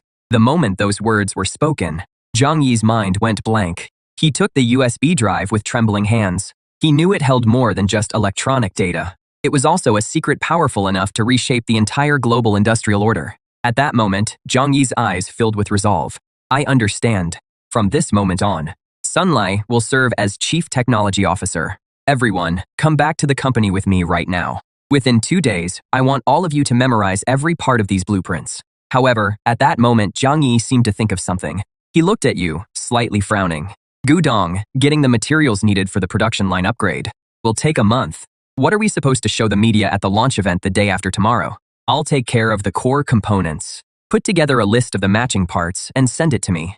I'll bring everything over by tomorrow at the latest. What you need to do is get the production line running before the launch event and produce the first finished unit." With that, you walked straight out of the lab. Hearing that, the others quickly got moving too. Half an hour later, inside Yuansing Technology's office, Sunlei handed you a materials list. You took the list and gave it a quick glance. then slipped it into your pocket. Wait for my word. After leaving just that one sentence behind, you turned and left. Not long after, you returned to the convenience store. Then, you immediately activated the shuttle. You returned to the post-apocalyptic world. You took out the walkie-talkie and started calling people over. In less than 20 minutes, 3 SUVs pulled up outside the convenience store. Bai Lu got out with Zhou Yuan and Wang Chongming. Boss Guo, I've brought them. You nodded at Bai Lu, then handed over the list. Go to the tech park and bring these items back. Everything on the list must be brought back exactly as listed, even if you have to dismantle the production line. At those words, Zhou Yuan and Wang Chongming's hearts clenched, but neither of them dared object. We guarantee we'll complete the mission. A moment later, the convoy set off and sped toward the tech park. You picked up the walkie-talkie and switched it to the public channel. This is Xiao Guo. It is time to trade. Bring gold and crystal cores to trade for supplies. The moment you finished speaking, replies started coming in one after another. Over the walkie-talkie, Hanshi outpost copies, Hive copies, Lighthouse copies, Arc copies. Then you switched to the encrypted channel again. How is Nightingale's recruitment coming along? We've preliminarily selected 30 awakened ones. As instructed, we're conducting the second round of loyalty screening. Good. I don't keep useless people or ungrateful traders. As long as they're willing to work, they can have as many supplies as they need. Understood. Within 3 days, Nightingale's full roster will be delivered to you. Hearing this, you set down the walkie-talkie and waited. In less than an hour, the roar of engines rose at the same time from all 4 directions of the ruins. Vehicles from the 4 major factions pulled up in front of the convenience store. Scorpion took the lead. He set down 2 heavy metal cases. Boss Guo, this is all of Panrock's stock from this whole period. The Hornets were next, followed by the Arc and Lighthouse factions. Before long, the metal cases were opened, and the gold bars and crystal cores were counted out one by one. You casually put them into your dimensional storage. Meanwhile, the 4 major factions took turns lining up to collect the various supplies they had ordered. Box after box of supplies was carried off by the 4 major factions. There were cigarettes, liquor, rice, and meat, as well as all kinds of medicine. There were even walkie-talkies and drones. With the supplies you provided, the quality of life for the 4 major factions and the awakened gradually improved. The trade went very smoothly. In total, you gained nearly 300 kilograms of gold, as well as 42 grams of crystal cores. Soon, the square fell silent again. You immediately absorbed all the crystal cores. As a cool surge of energy flowed into your body, you could clearly feel your mental field rapidly expanding. Both the precision and strength of your telekinetic control were multiplying. At that moment, your telekinesis limit easily broke through 400 kilograms. The space inside your dimensional storage also expanded to 5,000 cubic meters. Just then, the sound of an engine came from outside. Bai Lu, Zhou Yan, and the others parked the vehicle in front of the convenience store. The back was loaded with all kinds of precision parts. Bai Lu walked to the door and said, Boss Guo, all the core components and materials on the list are here, exactly as requested. Hearing that, you stood up. Good. At that moment, the Yuansing Tech Factory complex was brightly lit. The workshop was a noisy mess, with the sound of metal cutting ringing out non-stop. Jiang Yi stood on the second-floor platform, looking down at the busy scene below. His eyes were bloodshot, but he still gave clear, decisive orders. Under his relentless pressure, the entire technical team was running like wound-up machines past their limits. Just then, a low engine roar sounded. You drove the truck to a stop at the workshop entrance. At that moment, countless eyes turned to you. You stepped down from the driver's seat and then walked to the back of the truck. You pulled open the heavy cargo doors. The next second, the compartment was revealed to be packed full of parts. Seeing this, Sun Lei scrambled over. The nearby technicians rushed in, too. Everyone moved the parts as fast as they could. Jiang Yi walked up to you without saying a word. He just looked at you deeply. Then he suddenly turned and shouted to the technical team. Sun Lei, take your team and start installing the core drive shaft. Team 2, start pre-calibrating the high-precision sensor array. Team 3, place all the alloy components in the welding stations in order. Before daybreak, I want this production line up and running. The next second, a thunderous response rang out. It made the whole workshop hum. Right after that, the workers quickly got to work. The production line that had been nothing but an empty frame was visibly being filled with precision parts. Time flew by amid the roar of machinery. When the first pale light appeared in the eastern sky, Sun Lei personally tightened the last high-strength bolt. At that point, the entire production line was fully built. Zhang Yi walked up to the main control console of the production line. He pressed the start button. At once, a low electrical hum spread through the workshop. The whole production line was like a steel beast being awakened. Hundreds of indicator lights came on one after another. Everyone's attention was drawn to it, with all the instruments working together efficiently and precisely. The entire process ran smoothly. Just as it reached the final step, a shrill alarm suddenly went off. Warning: internal pressure is abnormal and has exceeded the safety threshold. Hearing that, Zhang Yi's expression changed. He lunged to the control console in a single stride. What is going on? Sunlei also stepped forward. His hands kept moving over the controls. He spoke with a tremor in his voice. It is the reaction at the moment the passivation film forms. The peak is far beyond expectations. The material is too aggressive. The energy released in that instant is too high. I'm afraid the casing won't hold. At those words, everyone's heart sank. They all believed failure was inevitable. But then the pressure curve dropped rapidly and stabilized within the safe range. The piercing alarm stopped abruptly as well. At that moment, Sunlei stared blankly at the screen. Voyager 1 withstood the energy impact purely through its own structure. The deformation rate of its alloy casing was 0. Then, he suddenly turned to look toward the production line. We did it. As soon as he said that, a Voyager 1 unit slowly appeared at the end of the production line. The next second, thunderous cheers broke out. We did it. We really made it. Several veteran workers who had been up all night shouted excitedly. Even Zhang Yi couldn't stop trembling. He stepped forward and cradled the battery in his hands. Then, he raised it high toward the crowd. We did it. Meanwhile, you leaned against a car door in the distance, with a faint smile on your face. A moment later, the cheering started to die down. Zhang Yi's eyes turned sharp again. There are less than 27 hours left until the launch event. I'll put together a complete event rundown and speech draft. Everyone, disperse now and get some rest. Everyone meet at 4 this afternoon. We'll do the final briefing before the launch event. After saying that, Zhang Yi handed the battery to you. You took the battery and handed it straight to Suwan, telling her to keep it safe. Soon, the entire factory fell silent again, and Zhang Yi began going over the steps for the launch event. I suggest dividing the launch event into 3 parts. First, we'll present the data using that report from the Zhongkesting Center. Second, we'll do a live test with the actual product. Third, we'll announce future production plans and preliminary cooperation intentions. Just then, Suwan's phone suddenly rang. She picked it up and looked at the screen. Her face instantly filled with shock. President Zhang, Director Guo. Look at this. With that, Suwan handed over her phone. There was a financial news alert on the screen. Tianheng Energy CEO Zhou Zhen gave an interview and attacked Yuansing Technology as if he were the industry leader. He claimed Yuansing Technology's production line had long been abandoned and that it didn't even have the most basic battery production qualifications, and called for a boycott of this kind of market-disrupting report. There was also a photo of a rundown production line attached at the end. At the sight of it, the atmosphere in the workshop instantly turned ice cold. But to everyone's surprise, Zhang Yi suddenly laughed. He stood up and walked over to the production line. Director Guiyu, I'd like to request a change to the launch event plan. Tomorrow's launch event won't include any product presentation. We'll set up cameras throughout the entire workshop. We livestream ourselves making a brand new Yuansing, one on site for the whole world to see, and immediately put it through hell mode testing. Then, in the end, we'll take it apart in front of everyone, so the whole world can see with their own eyes. That Yuansing number 1 isn't just an empty shell. Can we handle the media and the live streaming platforms? We can. Zhang Yi's voice was firm and unwavering. You nodded at his words. Then you pulled your phone out of your pocket and called Tianheng Energy headquarters. Send them an invitation and tell them the seat in the dead center of the front row at the launch event is being saved for him.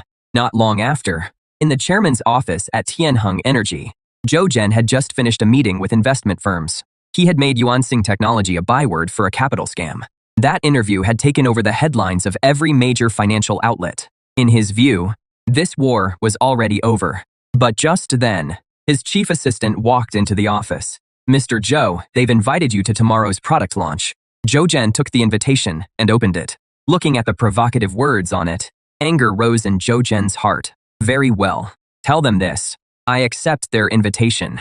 I want to see for myself how they're going to end this. The assistant nodded. Then he quickly left the office. That afternoon, online public opinion completely exploded. First, Tianheng Energy's official account made a high-profile announcement that Chairman Zhou Zhen would attend Yuansing Technology's launch event by invitation. to expose the chaos in the industry and uphold market order. Right after that, Yuansing Technologies' official account posted a poster. There were only a few bold lines on it. We're doing just one public demonstration. From components to battery. From production to disassembly. Tomorrow at 10 a.m. Tune in to the global livestream. The poster hit public opinion like a bombshell and quickly turned the launch event into the focus of nationwide attention. At this moment, inside Yuansing Technologies' factory complex, Sunlei was leading several technicians in inspecting the production line. Jiang Yi then came over to you. Boss Guo, dressed like that. I'm afraid you won't command the room tomorrow. Hearing that, you looked down at what you were wearing.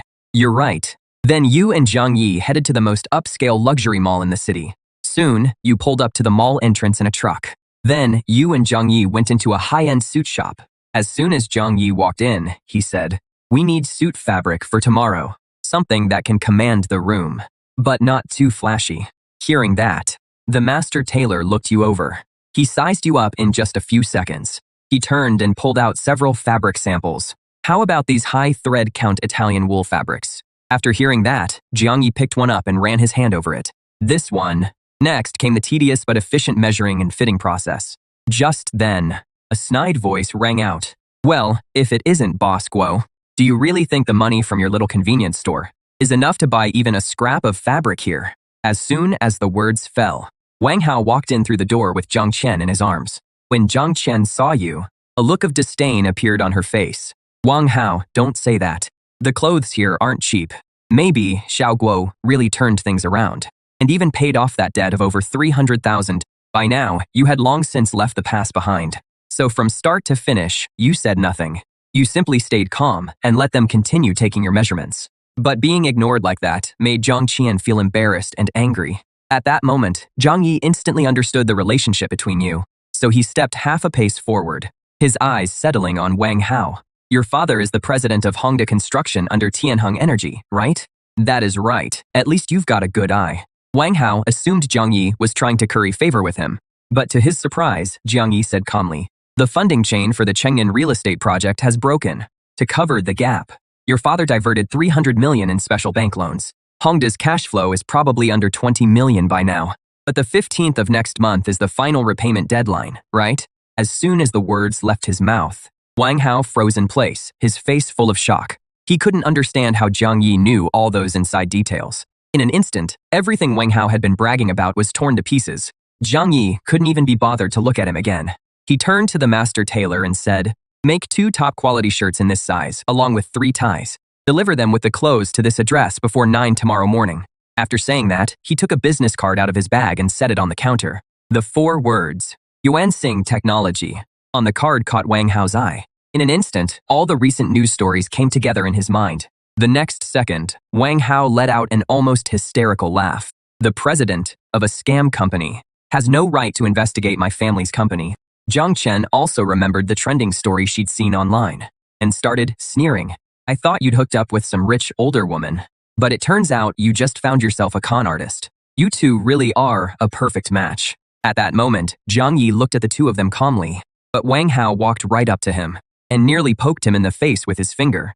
"Get on your knees and apologize right now. Otherwise, one phone call from me can shut your company down." At that, Jiang Yi stepped sideways and blocked Wang Hao. When Wang Hao met your cold gaze, he instantly grew a little flustered. But you didn't make a move. You just said calmly, 10 o'clock tomorrow morning, Yuansing Technologies factory. You're welcome to bring your media friends with you. After saying that, you didn't look at him again. You just gave Jiang Yi a slight signal. And then the two of you left one after the other. At that moment, a wave of humiliation washed over Wang Hao. Your words kept echoing in his ears. Like the pity of the strong toward the weak, not even worth an explanation. A vicious glint flashed in Wang Hao's eyes. "Fine, I'll make sure everyone sees what kind of clown you really are." At 9 o'clock the next morning, the once deserted industrial district on the east side of the city became the focus of the whole city and even the entire nation. The entrance to Yuansing Technologies factory was packed tight. News vans from major media outlets had practically blocked the road. There were even plenty of influencers holding up their phones and live streaming. Just then, a stir went through the crowd. A Rolls-Royce Phantom slowly drove into view. It stopped at the factory gate. Zhou Zhen stepped out, surrounded by bodyguards. He wore a gentle, confident smile. At once, camera flashes went off all around. The reporters instantly rushed forward to interview him. Do you have evidence that Yuansing Technology committed fraud? What do you think of this suicidal live stream stunt? Hearing that, Zhou Zhen stopped in his tracks. He smiled at the cameras. I'm not here today to attack anyone. I'm only here as someone who has spent half his life in the battery industry, to personally witness the rise of this so-called industry newcomer. As for what the truth is, I believe the facts will give us the best answer. After saying that, Zhou Zhen walked into the venue. Just then, a red Ferrari pulled up at the entrance. Wang Hao got out with his arm around Jiang Chen, looking smug and full of himself. Behind him followed that group of media friends of his. A moment later, Wang Hao entered the venue with Jiang Chen, surrounded by the crowd.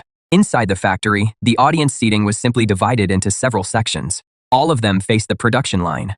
And beside the line, more than a dozen HD cameras had been set up. They could capture every detail of the production line. The whole venue was strangely quiet. Everyone was stunned by the scene before them. Time passed second by second. At exactly 10 in the morning, all the lights in the venue suddenly went dark. The whole world's eyes were fixed on this place. In the darkness, a spotlight shone down from the ceiling. It lit up the futuristic production line. At the same time, the live camera moved in. The image was shown to everyone on the big screens. At that moment, people in the venue began murmuring among themselves. Meanwhile, Zhou Zhen sat in a reserved front row seat, his brows tightly furrowed. He immediately sensed that something was off. Looking at this production line that was beyond anything he understood, Zhou Zhen's unease quietly grew. Just then, Zhang Yi walked in with steady steps. He went straight to the front of the production line and stopped. Friends from the media. Good morning, everyone. I'm Zhang Yi, president of Yuansing Technology.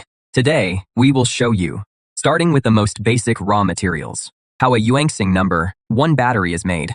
Next, please welcome our chairman, Mr. Xiao Guo. As soon as he finished speaking, your figure appeared before everyone.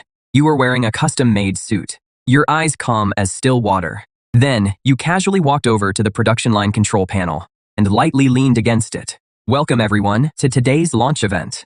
Just as Zhang Yi said, today we're here to do just one thing, live production. With that, you press the button on the control panel.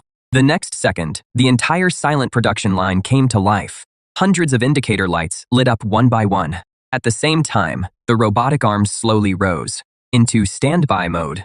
At the same time, the electronic screen lit up and split into several sections. The main screen showed a close-up of workstation number 1 on the production line. On camera, a variety of basic raw materials were laid out. Then, Zhang Yi began introducing each raw material, from silicon dioxide to graphite powder. Seeing this, Zhou Zhen openly sneered. What a joke. Are you trying to stall for time like this? Wang Hao was laughing so hard he was doubled over. Is this a lesson for middle schoolers? The live stream was also flooded with mocking comments. But just then, the production line suddenly started up. The robotic arms picked up measured amounts of raw materials and fed them into the fully enclosed furnace. On the screen, the temperature readings inside the equipment shot up instantly. At the same time, Zhang Yi explained calmly, using our proprietary plasma bombardment technology, we can break the raw materials down to the atomic level and remove all impurities, yielding pure silicon, lithium, and carbon. Then we restructure the silicon atoms to form a unique three-dimensional porous silicon-carbon framework. That is the key to its ultra-high energy density and stability. Every word Zhang Yi said hit like a bombshell. The smile on Zhou Zhen's face froze completely. Those technical terms he had only ever seen in cutting-edge journals, or even only heard of in science fiction novels. At that moment, Zhou Zhen suddenly sat up straight and stared at the rapidly changing data. Every data point on the screen matched the process perfectly. A moment later, Zhou Zhen lowered his voice. He ordered the technical director, check it for me. Where exactly did all this come from? However, cold sweat broke out on the technical director's forehead. Mr. Zhou, we've already looked into it. There are no more than 5 labs in the world that can achieve this kind of technology, and the samples they produce are only measured in milligrams. Hearing this, Zhou Zhen's heart slowly sank. Just then, the production entered the next step. At the same time, Zhang Yi continued explaining. One technical term after another came out. When Zhou Zhen suddenly jerked his head up, a fierce glint flashed in his eyes. I found the flaw in this scam. This must be a pre-recorded video. As long as I make a demand they can't meet, this scam will be exposed on the spot. Thinking that, Zhou Zhen stopped hesitating. He shot to his feet, cutting off Jiang Yi's explanation. Mr. Jiang, please wait a moment. The technology you're showing is indeed astonishing. But how can I be sure this isn't just a professionally made video? The moment he said that, the crowd instantly erupted. People immediately began voicing their doubts. At that moment, the sneer on Jojin's lips grew deeper. I demand that this video be stopped immediately, and that any member of the media here be chosen at random to use our camera to film the production line live and project the footage onto the big screen. If you can do that, I'll apologize to you in front of the whole world. When he finished speaking, the entire factory fell silent. Everyone's eyes were fixed on you and Jiang Yi. Hearing this, Wang Hao trembled with excitement. They definitely won't dare. I told you they were a bunch of frauds. Time passed, second by second. At last, you slowly straightened up, then stepped to the very front of the stage. Yes, your answer struck like a thunderclap in everyone's mind. Even the smile on Jojin's face instantly froze, but he still forced down the shock in his heart. Chairman Guo, you've got guts. In that case, let's begin. With that, Jojin sent out the company's chief cameraman. Jiang Yi then turned to the staff and gestured to them. Soon, a staff member came up carrying a data cable. Then, Jiang Yi said, "This is a backup port. It can connect directly to the big screen. Mr. Zhou, please go ahead." Hearing that, Jojin clenched his jaw. He walked over to the cameraman himself. He connected the data cable. Then he told the cameraman to point the camera at the ultrasonic fusion device. Jojin shouted, "I want you to repeat this step right now. I want the inside of this machine filmed the whole time." This demand was even harsher than before. But your response once again went beyond everyone's expectations. No problem. But from down there, I'm afraid you won't be able to see it clearly. Why don't you and the cameraman come up on stage yourselves and verify every step up close? As soon as you said that, the entire venue was completely stunned. Jojin's mind went blank. Going on stage meant he would become the challenger and examine all of this under the eyes of the whole world. If all of this was real, he would become the biggest joke of the century. But if he refused, it would be the same as admitting he had a guilty conscience. At that thought, Jojin took a deep breath. Then, he stepped onto the stage. The cameraman stayed close behind him. Seeing this, you said nothing else. You simply turned, walked back to the control console, and pressed the button. The next second, the production line started up. The material fusion process began. The cameraman quickly pressed the camera against the machine. At that moment, the big screen showed the camera's live feed. 2 streams of differently colored powder were injected in. Then they began spinning at high speed like a nebula. Under an invisible force, they were pulled apart and torn to pieces. They turned into 2 dense clouds of mist. Then, guided by a strange force field, they blended and fused together flawlessly. The whole process had the surreal beauty of a sci-fi movie. At the same time, the real-time data showed that every indicator had reached perfect values. Soon, the process was over. At that moment, Jojin's whole body was trembling. His face was full of fear. This can't be real. This has to be a hallucination. Just then, you spoke calmly. "Mr. Zhou, did you see it clearly? Want to do that again? Put your face up there and get slapped again." At those words, Jojin's vision went dark, and he nearly fainted on the spot. Below the stage, Tianheng Energy's executive team was already in complete chaos. They knew Tianheng Energy was completely finished today. Meanwhile, on the big screen, the camera switched and battery production continued. More futuristic-looking equipment started up one after another. Every step of the process kept stunning viewers around the world. Just then, a financial reporter screamed while holding up her phone. Tianheng Energy's stock hit the circuit breaker 3 minutes after the market opened. All related stocks have crashed across the board too. The moment those words came out, no one paid any more attention to the production line. Everyone quickly pulled out their phones to check the market. Wang Hao sat there in a daze. His phone kept ringing. When he answered, his father's furious voice came through. "What have you done? The stock has crashed. The company's finished. Why did you have to provoke Bosky?" Before he could finish, Wang Hao's hand dropped limply. Amid the chaos, Jiang Yi's voice rang out again. From a single grain of sand to a complete Yuansing number, 1 battery. The entire process took 15 minutes and 23 seconds. That concludes today's live stream. After saying that, he gave a slight bow to the audience. Then he turned and walked toward you. Seeing this, you straightened up, without glancing at the audience. Under everyone's gaze, you walked backstage with Jiang Yi.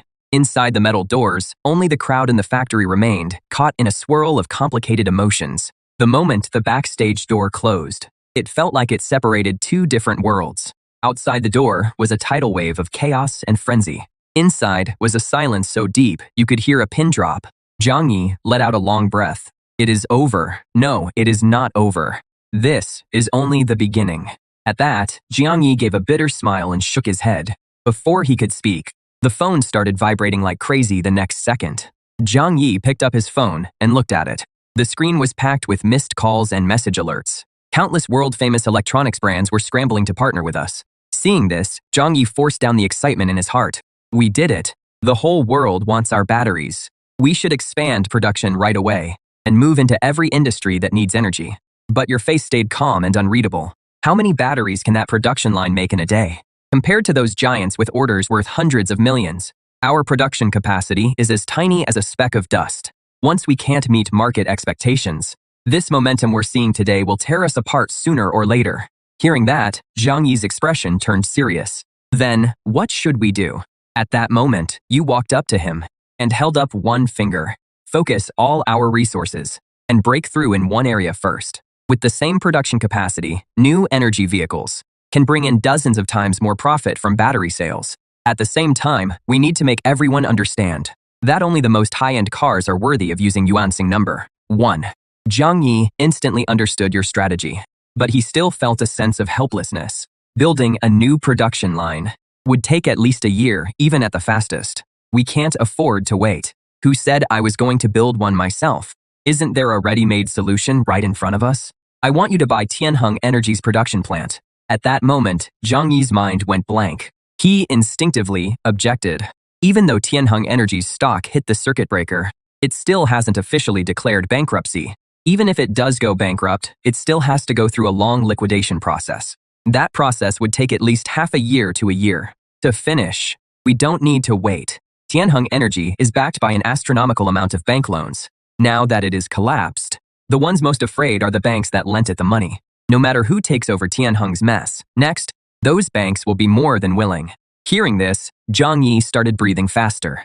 I'll contact the bank that gave Tianheng its biggest loan right now. With that, Jiang Yi didn't hesitate anymore. He walked over to the desk and started looking up the relevant information. Meanwhile, the chairman's office at Tianheng Energy was a complete mess. The floor was covered with countless torn-up documents, and Zhou Zhen was slumped on the couch in a daze. He still couldn't figure out where that production equipment had come from. Suddenly, the secure phone on the desk let out a shrill ring. It was the direct line to President Li Wen of the bank's top executives. When Zhou Zhen heard it, his whole body jerked. He struggled to his feet and answered the phone. A cold male voice came from the other end. Mr. Zhou, your company's stock price is showing abnormal fluctuations. It has already triggered the forced liquidation and asset collateral clauses. You are now required to repay loans totaling 7.2 billion immediately. Tianheng Energy is worthless now. Hearing this, Zhou Zhen felt a chill run through his whole body. He knew the other person was telling the truth. But after a few seconds of silence, the person on the other end spoke again. However, just half an hour ago, Yuansing Technology called. They are willing to buy all your assets in Chengnan Industrial Park as a package, including the factory buildings, equipment, and land use rights. Hearing that, Zhou Zhen's vision went black. A wave of humiliation and rage crushed what little reason he had left. Not even in his dreams. He roared, I'd rather burn the whole factory to the ground than hand it over. Zhou Zhen's hoarse, exhausted roar echoed through the office. But a cold reply came from the other end of the line. The industrial park in Chengnan is the core pledged asset. The bank has the right to dispose of the collateral unilaterally. We're only informing you. Otherwise, you'll lose everything, and you'll never have a chance to recover. As soon as those words were spoken, the call was disconnected. Only Zhou Zhen was left standing there in a daze. Meanwhile, at Yuansing Technology's office, Jiang Yi had just finished his call with President Li. She looked at you and said, the bank has already agreed to the acquisition. They'll start putting pressure on Zhou Zhen right away. You didn't turn around. You just replied calmly, handle the rest yourself. From now on, you can make the call on small matters like this. Hearing this, Jiang Yi froze in place. He was extremely shocked, but he still forced down the turmoil in his heart. Understood, I'll take care of every detail. After nodding, you headed for the production floor. The atmosphere in the workshop was electric. All the employees were excitedly talking about it. You slowly walk up to the crowd. The next moment, everyone turns to look at you at once. After looking around, you speak calmly. Everyone's worked hard these past few days. Today's launch event was a great success. I won't let down anyone who trusts me. Starting this month, all employee salaries will be increased by 100%. As soon as you finish speaking, the entire workshop falls silent. The silence lasts for several seconds. Then thunderous cheers erupt. You pay no attention to the employees' celebration. You just wave Sunlei over. Then you turn and walk into the private office next door. Seeing this, Sunlei quickly follows. Inside the control room, you say, Tianheng Energy's industrial park in the south of the city will soon be ours. I need you and your team to set up a special task force immediately. Based on the technology and Tianheng's existing production lines, come up with a retrofit plan that is the fastest and most cost-effective. Sunlei's breathing catches when he hears this. He didn't expect Tianheng Energy's business to be about to be acquired by you, but he quickly calms down.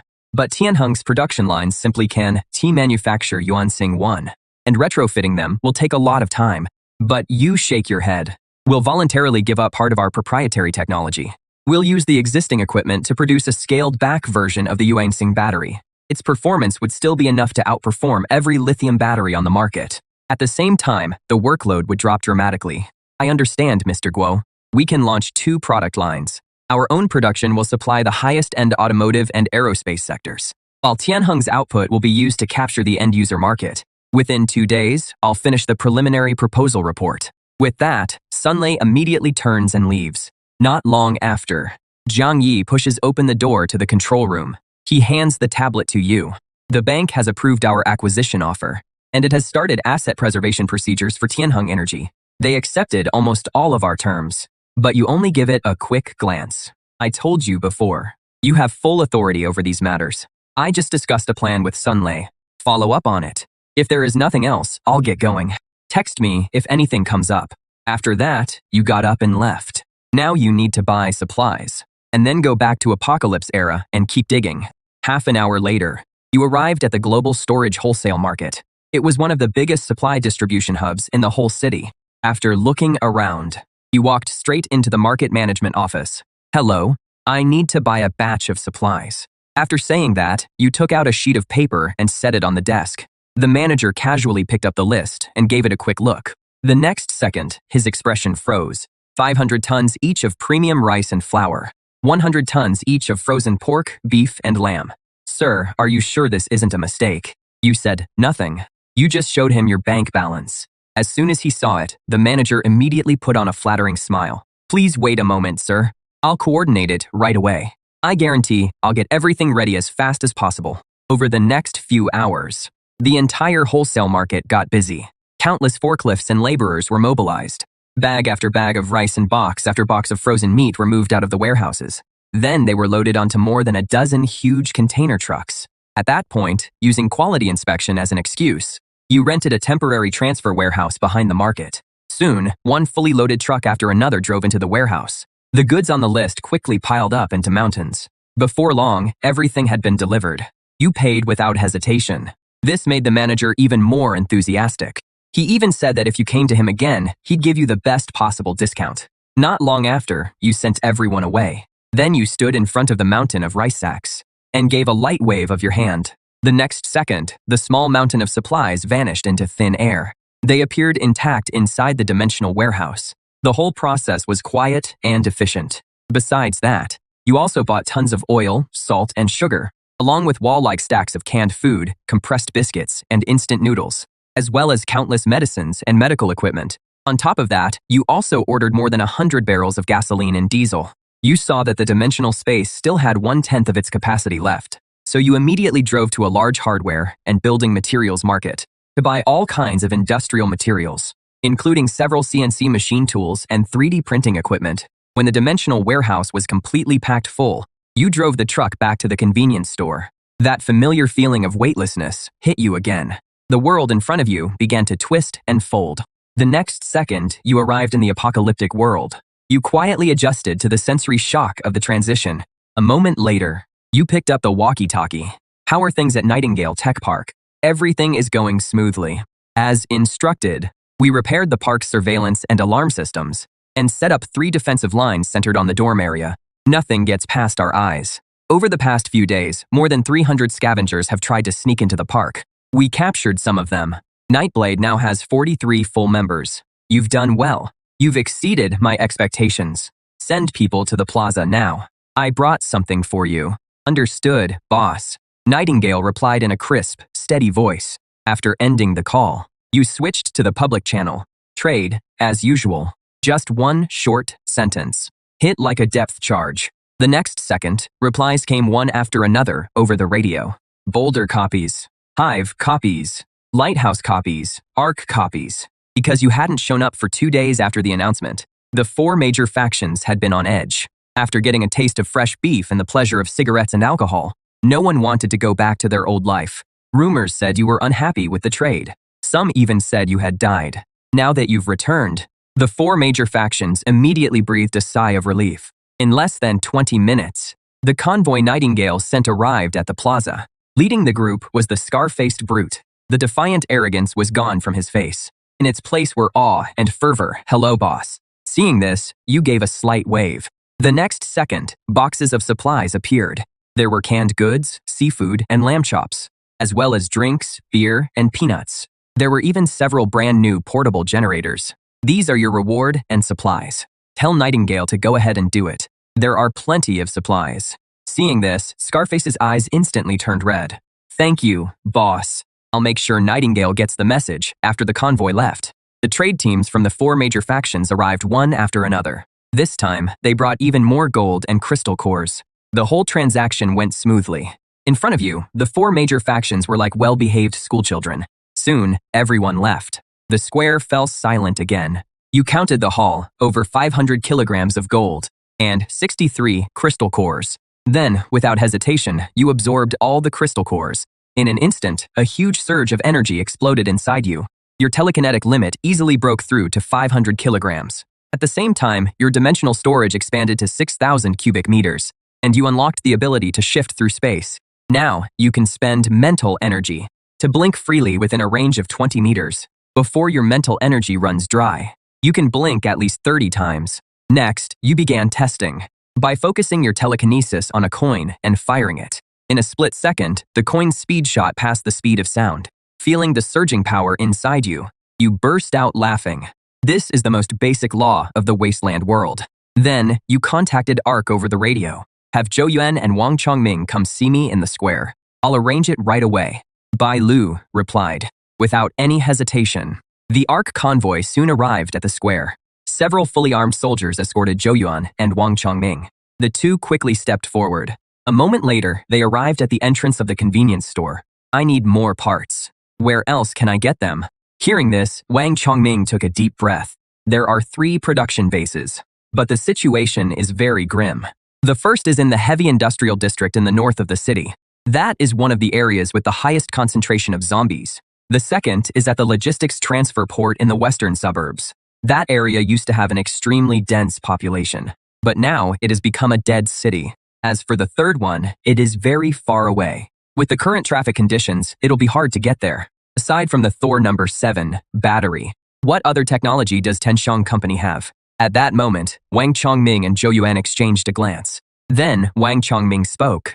Thor number 8. Its energy density is 3 times that of number 7, and it can deliver instant overload output. It was developed specifically for certain special equipment, but its core materials are extremely rare, and the manufacturing process is extremely complex, which drives the cost too high. The company only kept 1 production line at the West Suburb Logistics Port Base. Hearing that, you fell silent, and the mood grew a little heavy. Just then, Zhou Yuan suddenly said excitedly, Tianxiang Company is more than just a battery supplier. Before the disaster, the company poured huge investment into launching the Pioneer project. The project's final product was Pioneer 1. It was meant for construction and mining. It stands about 6 meters tall. Fully electric, it can carry up to 6 Thor number 8 batteries. On a full charge, it can handle 72 hours of high-intensity operation. Hearing this, you fell into thought. Even if this thing wasn't built for combat, with a few modifications, it could still become a true weapon of war. Thinking of that, you immediately asked. And after talking it through, you learned more. Pioneer's main R&D base is in Haizhou City, 200 kilometers away. There are 3 Pioneer prototypes at the base, along with parts for 10 more units and 1 production line. But the trip there is long and extremely dangerous. Your heart started racing uncontrollably. The impact Pioneer would cause would be 100 times greater than the Thor number 7 battery. You had to get Pioneer. Soon, you calmed down. You can go back now. Then you turned and walked back into the convenience store and slowly pulled down the rolling shutter, cutting off everything outside. Before long, the sound of an armored vehicle engine rang out across the square. Then, the sound gradually faded into the distance. Inside the convenience store, you sat in a chair and started brainstorming. Going there alone was far too risky, and the Nightblade squad doesn't have enough people. The 4 major factions have complicated personnel makeups. Their equipment quality is all over the place. There is no way they could make a long journey. Right now, they can barely even break into the logistics port in the western suburbs. You need thousands of people, a well-equipped army with strong resolve, and that takes a huge amount of supplies behind it, as well as a secure rear base. You need to make the convenience store the center and start major construction. Build a well-fortified base, then gradually expand outward. Dig every valuable thing out of the ruins of the apocalypse. Once the initial plan took shape, you immediately picked up the walkie-talkie and contacted Nightingale. I have a new plan. Build a base centered around the convenience store plaza. I need manpower. I want anyone who has worked in construction or industrial trades. Your job is to find those people. At that, Nightingale's breathing grew a little quicker. She suppressed her inner shock. Right away, I'll get on it now. After ending the call, you immediately opened the public channel. This is Xiao Guo. I will establish a permanent trading post and safe zone in the central plaza. Starting tomorrow, large-scale construction will begin here. During construction, I need security. The scale will be twice that of the attack on Skyvault Tech Park, and supplies will be settled daily. These words hit the leaders of the 4 major factions like a sledgehammer. They were both furious and alarmed, but they had no other choice, simply because you had an endless supply of resources backing you, and you weren't worried in the slightest.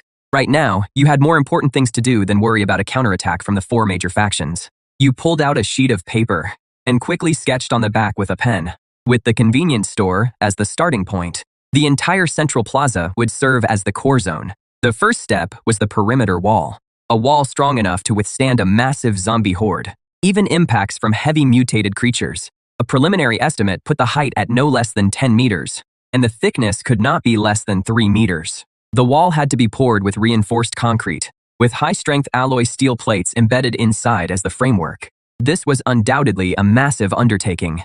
The materials required would be astronomical. Yet to you, none of that was a problem at all. All you needed was a warehouse big enough, and a purchase list big enough. At that moment, dawn was just breaking, and outside the rolling shutter, scavengers waited expectantly. You walked out of the convenience store and said bluntly, "I'm recruiting workers. The terms are 3 meals a day, with all the meat you can eat." The moment those words were spoken, the survivors instantly exploded with excitement. You didn't explain anything. You just casually raised a hand and waved it. The next second, several cases of canned luncheon meat appeared out of thin air. Then, you said calmly, "Sanner, spread the word. We're recruiting workers here at the square to build the base. Anyone who is willing should come register now. These cans are your reward for spreading the word. In 8 hours, construction will officially begin." At that moment, a man in the crowd strode forward. He grabbed a can and headed toward the depths of the ruins. "I'm going to tell my family the good news." Seeing this, everyone else instantly caught on. They rushed like mad toward every corner of the city and quickly spread the news. Once all the scavengers in the square had left, you picked up the walkie-talkie and contacted Nightingale. "Gather all your people. Meet at the square in 8 hours. Prepare to receive the first group of construction workers and supplies." Then, you switched to the public channel. "In 8 hours, work at Central Square will begin on schedule. I need all defense units in position before construction starts. In 8 hours, I'll pay out the first day's wages." With that, you shut off the comms, without even waiting for a reply. Then, you pulled down the rolling shutter and traveled through again. After the familiar feeling of weightlessness, you returned to the real world once again. Right now, countless supplies were waiting to be purchased, so you immediately thought of Boss Tang. Then, you took out your phone and called Su Wan. "I have a shipment here, 800 kilograms in total. I need to report it to Elder Tang right away." Su Wan's voice trembled with shock. Soon, Elder Tang took the call. "Mr. Guo, the price can stay the same as last time. But, besides cash, I need a few other things too. The more cement and rebar, the better. And construction equipment like excavators and bulldozers, as long as they work." As soon as he finished speaking, Elder Tang fell silent for a long time. After a moment, he finally spoke. You're asking for a lot of material. To get it all together at once will take some time. Hearing that, you replied with a faint smile. For anyone else, that would be a problem. But I believe for you, Elder Tang, that is not a problem. I want results within 6 hours. With that, you hung up the phone. At that moment, Elder Tang was resting with his eyes closed in the study. Seeing this, Suan said worriedly, this is already beyond the scope of our business. There is no way to get everything through normal channels in such a short time. And these items are far too likely to attract attention. However, Elder Tang slowly opened his eyes. When Mr. Guo brought out Yuan Xing 1, wasn't he that eye-catching too? The people above have had their eyes on Mr. Guo for a long time. Compared to him, what do our little moves amount to? Everything he wants must be gathered within 6 hours. We can raise the price, but the goods must be delivered right away. I'll get on it right away. She knew Elder Tang had already made up his mind. This was a huge gamble. The stake was the Tang family's fate for the next several decades. Meanwhile, you went to the global storage wholesale market again. When the manager saw you, his face instantly broke into a flattering smile. Boss Gi, you're here. You said nothing in response. You simply took out a list and handed it over. The manager took the list with both hands. The next second, his eyes nearly popped out in shock. The amount of supplies was more than 3 times what it was last time. On top of that, there were 1,000 sets each of sight gear like tents and hard hats. At that moment, even the manager's hand holding the list was trembling. Yet your tone remained completely calm. Prepare the goods according to the list. Money is not an issue. Understood. Understood. I'll take care of it right away. After that, the manager didn't dare ask another question. He grabbed the list and rushed straight to the warehouse area. The entire wholesale market once again kicked into overdrive. And you rented the same transfer warehouse as last time. You stood at the entrance, watching truckload after truckload of supplies being moved in. Not long after, when the last crate of supplies was stored in the dimensional warehouse, Suwan sent a message. Everything is in place. It is parked at the abandoned industrial park on the east side of the city. The handoff can happen at any time. At that moment, Zhang Yi called as well. A director surnamed Zhang from the Ministry of Energy specifically asked to meet you. He is very interested in our batteries and our future production plans. At 10 o'clock tomorrow morning, he'll personally lead a team to Yuanxing Technology and will formally receive them. I'll handle the rest. The acquisition of Tianheng Production Park requires the first payment to be released. The total is 300 million. No problem, I'll take care of it. After saying that, you hung up. Not long after, you arrived at Jingxin Tea House. After getting the notice, Suwan was already waiting at the door to greet you. You opened the trunk and pointed at several boxes as you spoke. Everything is here. Have someone move it inside. Hearing that, Suwan immediately started making arrangements. She then led you to the reception room. In the reception room, Elder Tang wore a warm smile. Mr. Guo, I lived up to the task. I've gathered everything you asked for. You smiled when you saw that. Thank you for going to the trouble, Elder Tang. It is only right that I do my part. The total price of the gold is 656 million. At cost, the things you need come to 180 million. I've also had Xiao Su prepare the funds for the Tianheng acquisition. I'll transfer the rest along with the earlier funds into your account. Also, to celebrate the successful end of Mr. Guo's launch event, I'll personally give Mr. Guo 5 million as a gift. I hope Mr. Guo won't turn down this gesture from Elder Tang. This doesn't sound like business. But Elder Tang laughed. From the moment you brought out Yuan Xing 1, I knew you were no ordinary man. I'm old now, but the Tang family still has to carry on. So I've decided to stand by your side. Whatever you need, as long as I can make it happen, I'll do it without hesitation. Also, Director Zhang. I've dealt with him before. As long as you show you're willing to cooperate and come up with a production plan that satisfies them, they'll clear a lot of obstacles out of your way. Thank you for the advice, Elder Tang. I'll have Xiaobei gradually get involved in the business from here on out. I hope Mr. Guo will be understanding. You said nothing more. You just nodded. Then you turned and left the study. Suwan quickly followed. Elder Tang stood alone by the window. He knew that starting today, the Tang family was completely tied to you. Soon after, you and Suwan arrived at the abandoned industrial park on the east side of the city. In front of you were dozens of excavators and bulldozers, with piles of cement and rebar stacked nearby like little hills, along with more than a dozen large diesel generators. You really went to a lot of trouble. It is what we should do. If anything comes up, just contact me. I'll head out first. As soon as he finished speaking, You nodded, and Suwon left on her own. You didn't waste any more time. With a wave of your hand, you stored the steel beasts one by one in your dimensional space. Next were the mountain-like piles of cement and rebar. After that, you drove the truck all the way back to the convenience store. After pulling down the shutter, you quickly crossed over. In an instant, you returned to the post-apocalyptic world once again. At that moment, the square was packed with a huge crowd. Members of Nightingale and Yaren formed a human wall, keeping the excited survivors away from the center of the square. At the same time, the troops from the 4 major factions had finished taking their positions in the distance. The hastily built machine gun emplacements formed a defensive perimeter. You slowly walked out of the convenience store. You looked around and cleared the center area. You swept your gaze around, clearing out the center area. The Yaren members moved at once, quickly opening a path through the crowd. Then they cleared out the largest open space in the middle of the square. Next, you stood at the entrance of the convenience store and waved your hand. In an instant, hundreds of bags of cement dropped down. They were neatly stacked on the ground. Then came bundles of rebar and mountain, like piles of sand and gravel, along with box after box of tools. But this was only the beginning. Under everyone's stunned gaze, one piece of heavy construction equipment after another slammed to the ground. Gasps immediately rippled through the site. You paid them no attention and simply spoke to Nightingale. Find all the engineers and skilled workers. Have them inspect the equipment. Have the electricians start the generators. Set up the lighting equipment. I want this place as bright as day. Everyone else, split into teams and clear the foundation. Get ready to lay the rebar. Nightingale didn't hesitate at all after hearing that. She raised a loudspeaker, and her voice carried across the entire square. Everyone with construction experience, step forward. Construction workers, stand on the left. Anyone who can operate heavy machinery, go to the right. Anyone who can build a local power grid, stand in the middle. Move it, all of you. As soon as she finished speaking, the crowd sprang into action. They quickly began sorting themselves out across the square. Soon, 3 long lines formed in the square. Everyone else, split yourselves into groups by physical strength. You'll be responsible for moving materials and clearing the site. Everyone is to follow orders. Work hard. Anyone who cuts corners or tries anything crooked will face the consequences. After saying that, Nightingale raised her hand and snapped her fingers. The next second, flames surged up and instantly melted the steel pipes beside her into molten metal. At the sight of this, every survivor felt a chill run through them.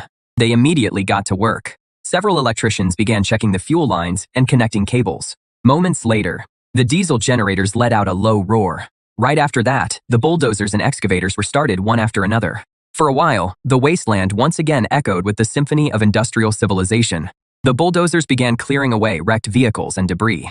Meanwhile, the survivors put on hard hats and gloves and used basic tools to pry up the concrete and haul away rubble. Thousands of people on the site were working at the same time. At the edge of the site, several huge field cauldrons had already been set up. Before long, the smell of meat soup drifted across the entire square. It became everyone's strongest motivation. At this moment, inside the Ark's command room, the chief, the captain, and Bailu stood side by side. Staring at the electronic screen, one of them said grimly, "He isn't just building a city. He is creating a new order." The people inside the city were building with hope, while the soldiers outside fought to protect that hope. Soon, night fell, but the central square was as bright as day.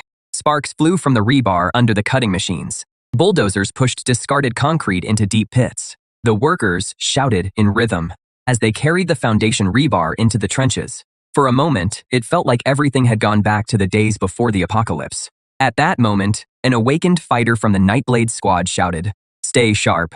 The sooner we finish, the sooner we eat."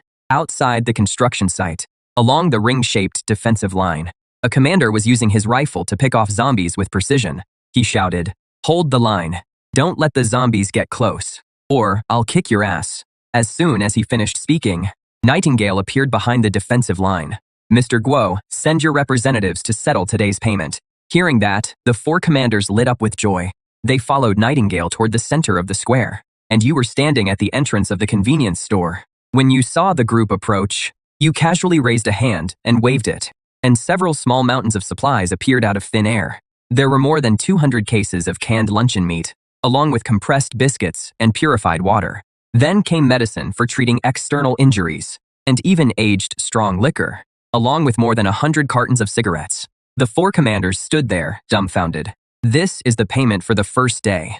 The 4 of your factions can split it evenly. How you haul it away?" and divide it up as your business. After saying that, you turned and walked back into the convenience store. The 4 representatives were left standing there. After a long while, the 4 of them snapped out of it and immediately barked into their communicators. Get people over here to move the supplies, now. There are canned goods, cigarettes, liquor, everything. At once, the soldiers' excited cheers rang out across the encampment. Soon, trucks from the 4 major factions came roaring in. Under their representatives' orders, they began frantically loading the supplies. Just as the whole square was caught up in the joy of the harvest, a scream suddenly came over the public channel. A lion pack is attacking Block 3 on the east side. There are too many to count. At that moment, the smiles on the soldiers' faces instantly froze. The survivors at the construction site also started to panic. But Scorpion snatched the communicator and shouted, "Bang every can you just got. Hold your guns steady. Fire hard and set up the first line of defense up front." As soon as he finished speaking, the other commanders quickly gave the same order. The soldiers' morale surged to an all-time high. They quickly moved into combat positions and aimed their guns at the end of the street. However, panic began to spread across the construction site. The survivors dropped their tools and instinctively tried to run. Just then, Nightingale's voice rang out. "Anyone who runs now dies. Mr. Guo is watching from the rear. The construction site is the safest place. If you want to live, keep working." As soon as she said that, the crowd calmed down a little, but the fear was still spreading. By then, the tremors in the ground were becoming clearer and clearer. At the end of the street, the lion pack poured out like a flood. The next second, dozens of machine guns along the ring-shaped defense line opened fire at once. The dense rain of bullets tore hole after hole through the zombie horde. At the same time, explosions echoed through the night sky. The soldiers held the horde 200 meters away, but there were simply too many of them. The battle gradually fell into a stalemate. Just then, a heavy boom came from the rear of the horde. A giant mutated zombie stepped out. Its entire body was covered in a hardened shell. It completely shrugged off the grenades and charged straight at Rockbase's defensive line. Then a streak of fire shot from Nightingale's hand. The mutated zombie's head was pierced instantly. Then, carried by its momentum, it started to roll, and finally slammed into the fortifications, sending sandbags and barricades flying in all directions. But that monster never got back up. At that moment, the other awakened ones also sprang into action. For a moment, all kinds of abilities exploded through the zombie horde.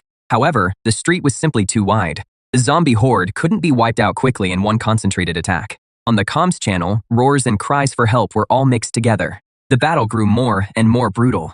Even though the soldiers fought bravely, gaps in the defensive line still inevitably appeared. Dozens of zombies broke through the wall of fire and charged at the line. The soldiers had no choice but to fight them hand to hand. As more and more zombies poured in, the entire defensive line was on the verge of collapse. At the construction site, the survivors huddled together and trembled at the sight. Even Yang's face turned grim. Just then, you walked out of the convenience store. The next second, you vanished. Then, you reappeared dozens of meters away. After several flashes, you reached the high ground and calmly looked down at the incoming zombie horde. At the sight of this, everyone turned to look at you. Then, a wooden crate appeared in front of you and shattered. In an instant, dozens of steel balls poured out.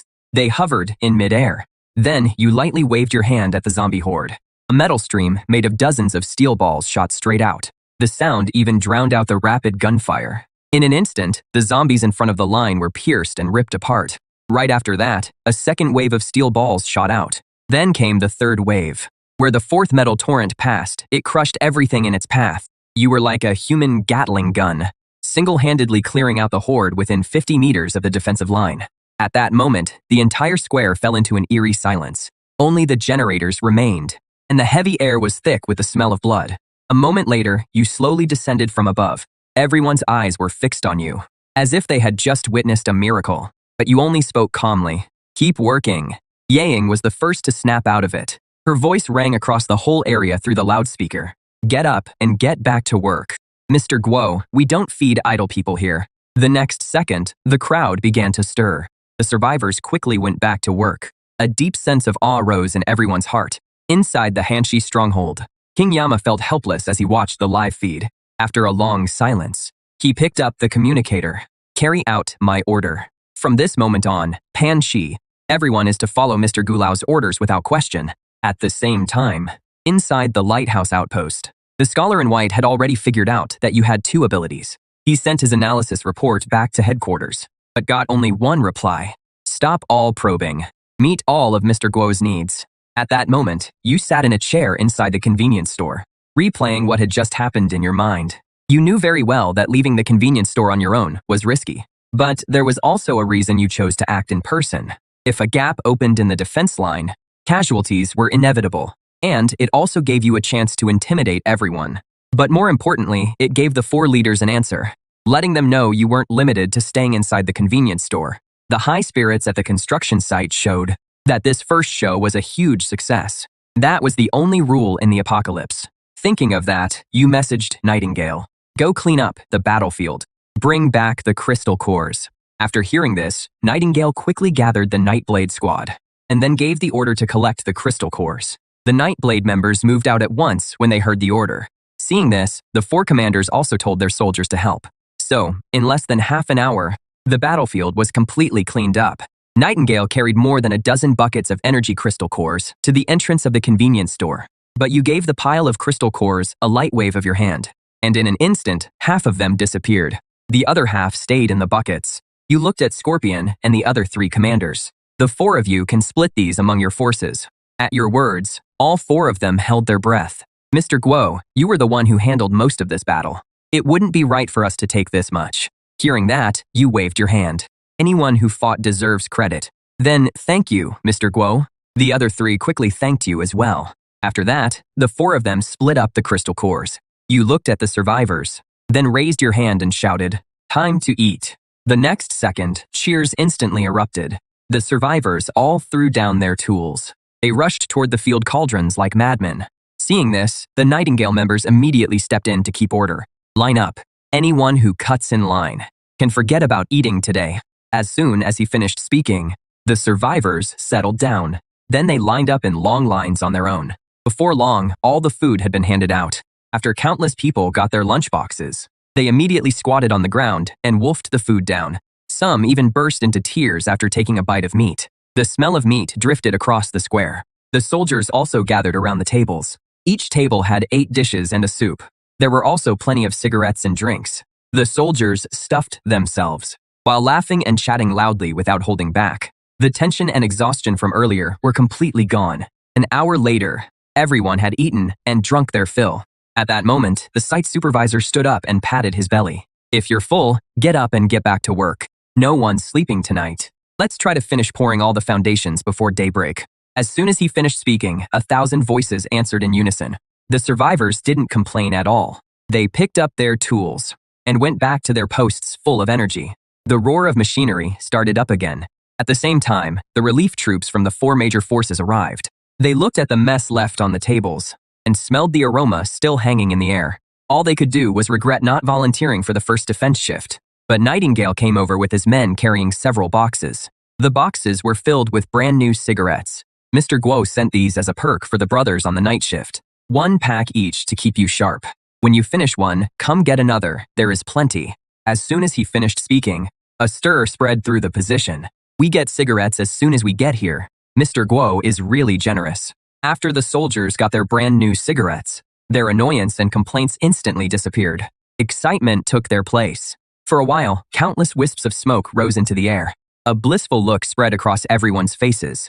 By 3 in the morning, the noise at the construction site hadn't died down. Instead, it only grew louder. Several huge concrete mixer trucks rumbled loudly. A moment later, gray concrete would flow through the delivery pipes and be poured precisely into the deep foundation pits. The site supervisor stood off to the side, watching it all excitedly. Just then, a Nightblade member walked over to the old supervisor. "Mr. Guo, someone's looking for you."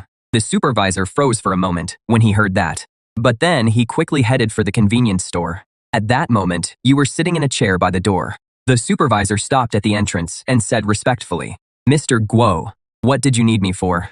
You nodded. Without wasting any words, you then handed him a blueprint. The foundation was poured well, but the wall section needs some changes. As soon as you finished speaking, the supervisor quickly took the blueprint. The blueprint was clearly marked with rows of dense openings. Before the supervisor could ask, you said calmly, "Leave firing ports and internal passageways inside the wall. Build battlements and watchtowers on top. Leave conduits for electrical cables." to make it easier to install cameras and searchlights. I want this wall not only to stop zombies, but to kill them too. As for manpower and materials, you don't need to worry about that. Hearing that, the supervisor's breathing grew heavier. He could tell at a glance that this was a standard military fortification. At that moment, the supervisor looked up. His eyes filled with resolve. I will complete the mission. With that, he turned and ran back to the site with the blueprint in hand. Next, the supervisor gathered all the key technical staff. Using the new blueprint, he explained the key points over and over. Soon, the sky began to grow light. Every survivor had bloodshot eyes. But there was no sign of fatigue on their faces. There was only the excitement of finishing the job. By then, all the foundations had been poured. Several engineers gathered around the blueprint and used steel to make oddly shaped molds. These molds would be fixed between the wall's steel framework. Then they would just need to wait for the concrete wall to be poured, and it would form standard firing ports and passageways. The construction is now several times harder than before, yet not a single person complained. They all knew this solid wall would be everyone's hope for survival. Before long, the crane slowly lifted the first section of the wall and carefully set it onto the foundation. It lined up perfectly with the embedded rebar.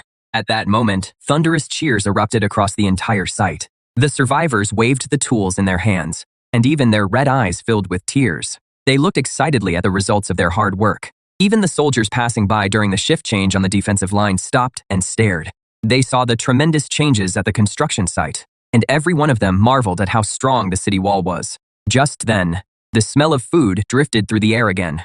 At the same time, Nightingale's voice rang out. Everyone, come get breakfast. Several tables were piled with food. There was steaming hot rice porridge and freshly steamed meat buns. At the sight of it, the workers immediately set down their tools and lined up on their own. This time, no one wolfed down their food.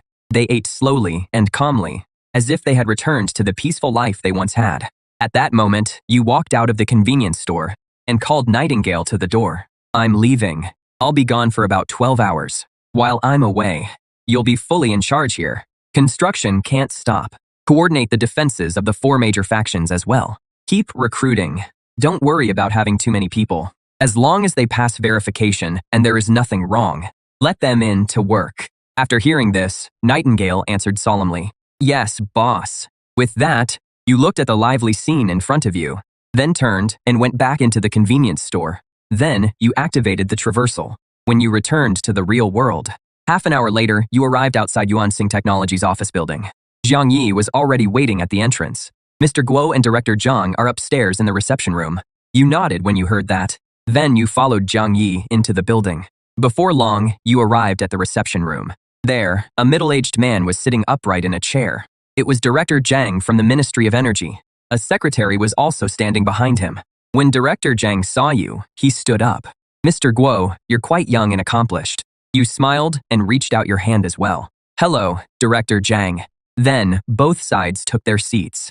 Jiang Yi began introducing the company's development plan according to the agenda. Director Zhang listened very attentively, while the secretary quickly took notes in a notebook. More than 10 minutes later, Jiang Yi finished his presentation. Director Zhang spoke first. I've read this technical report. You could say it is groundbreaking, but I want to know whether the source of this technology is reliable and whether future upgrades can be guaranteed. How quickly can production capacity be restored?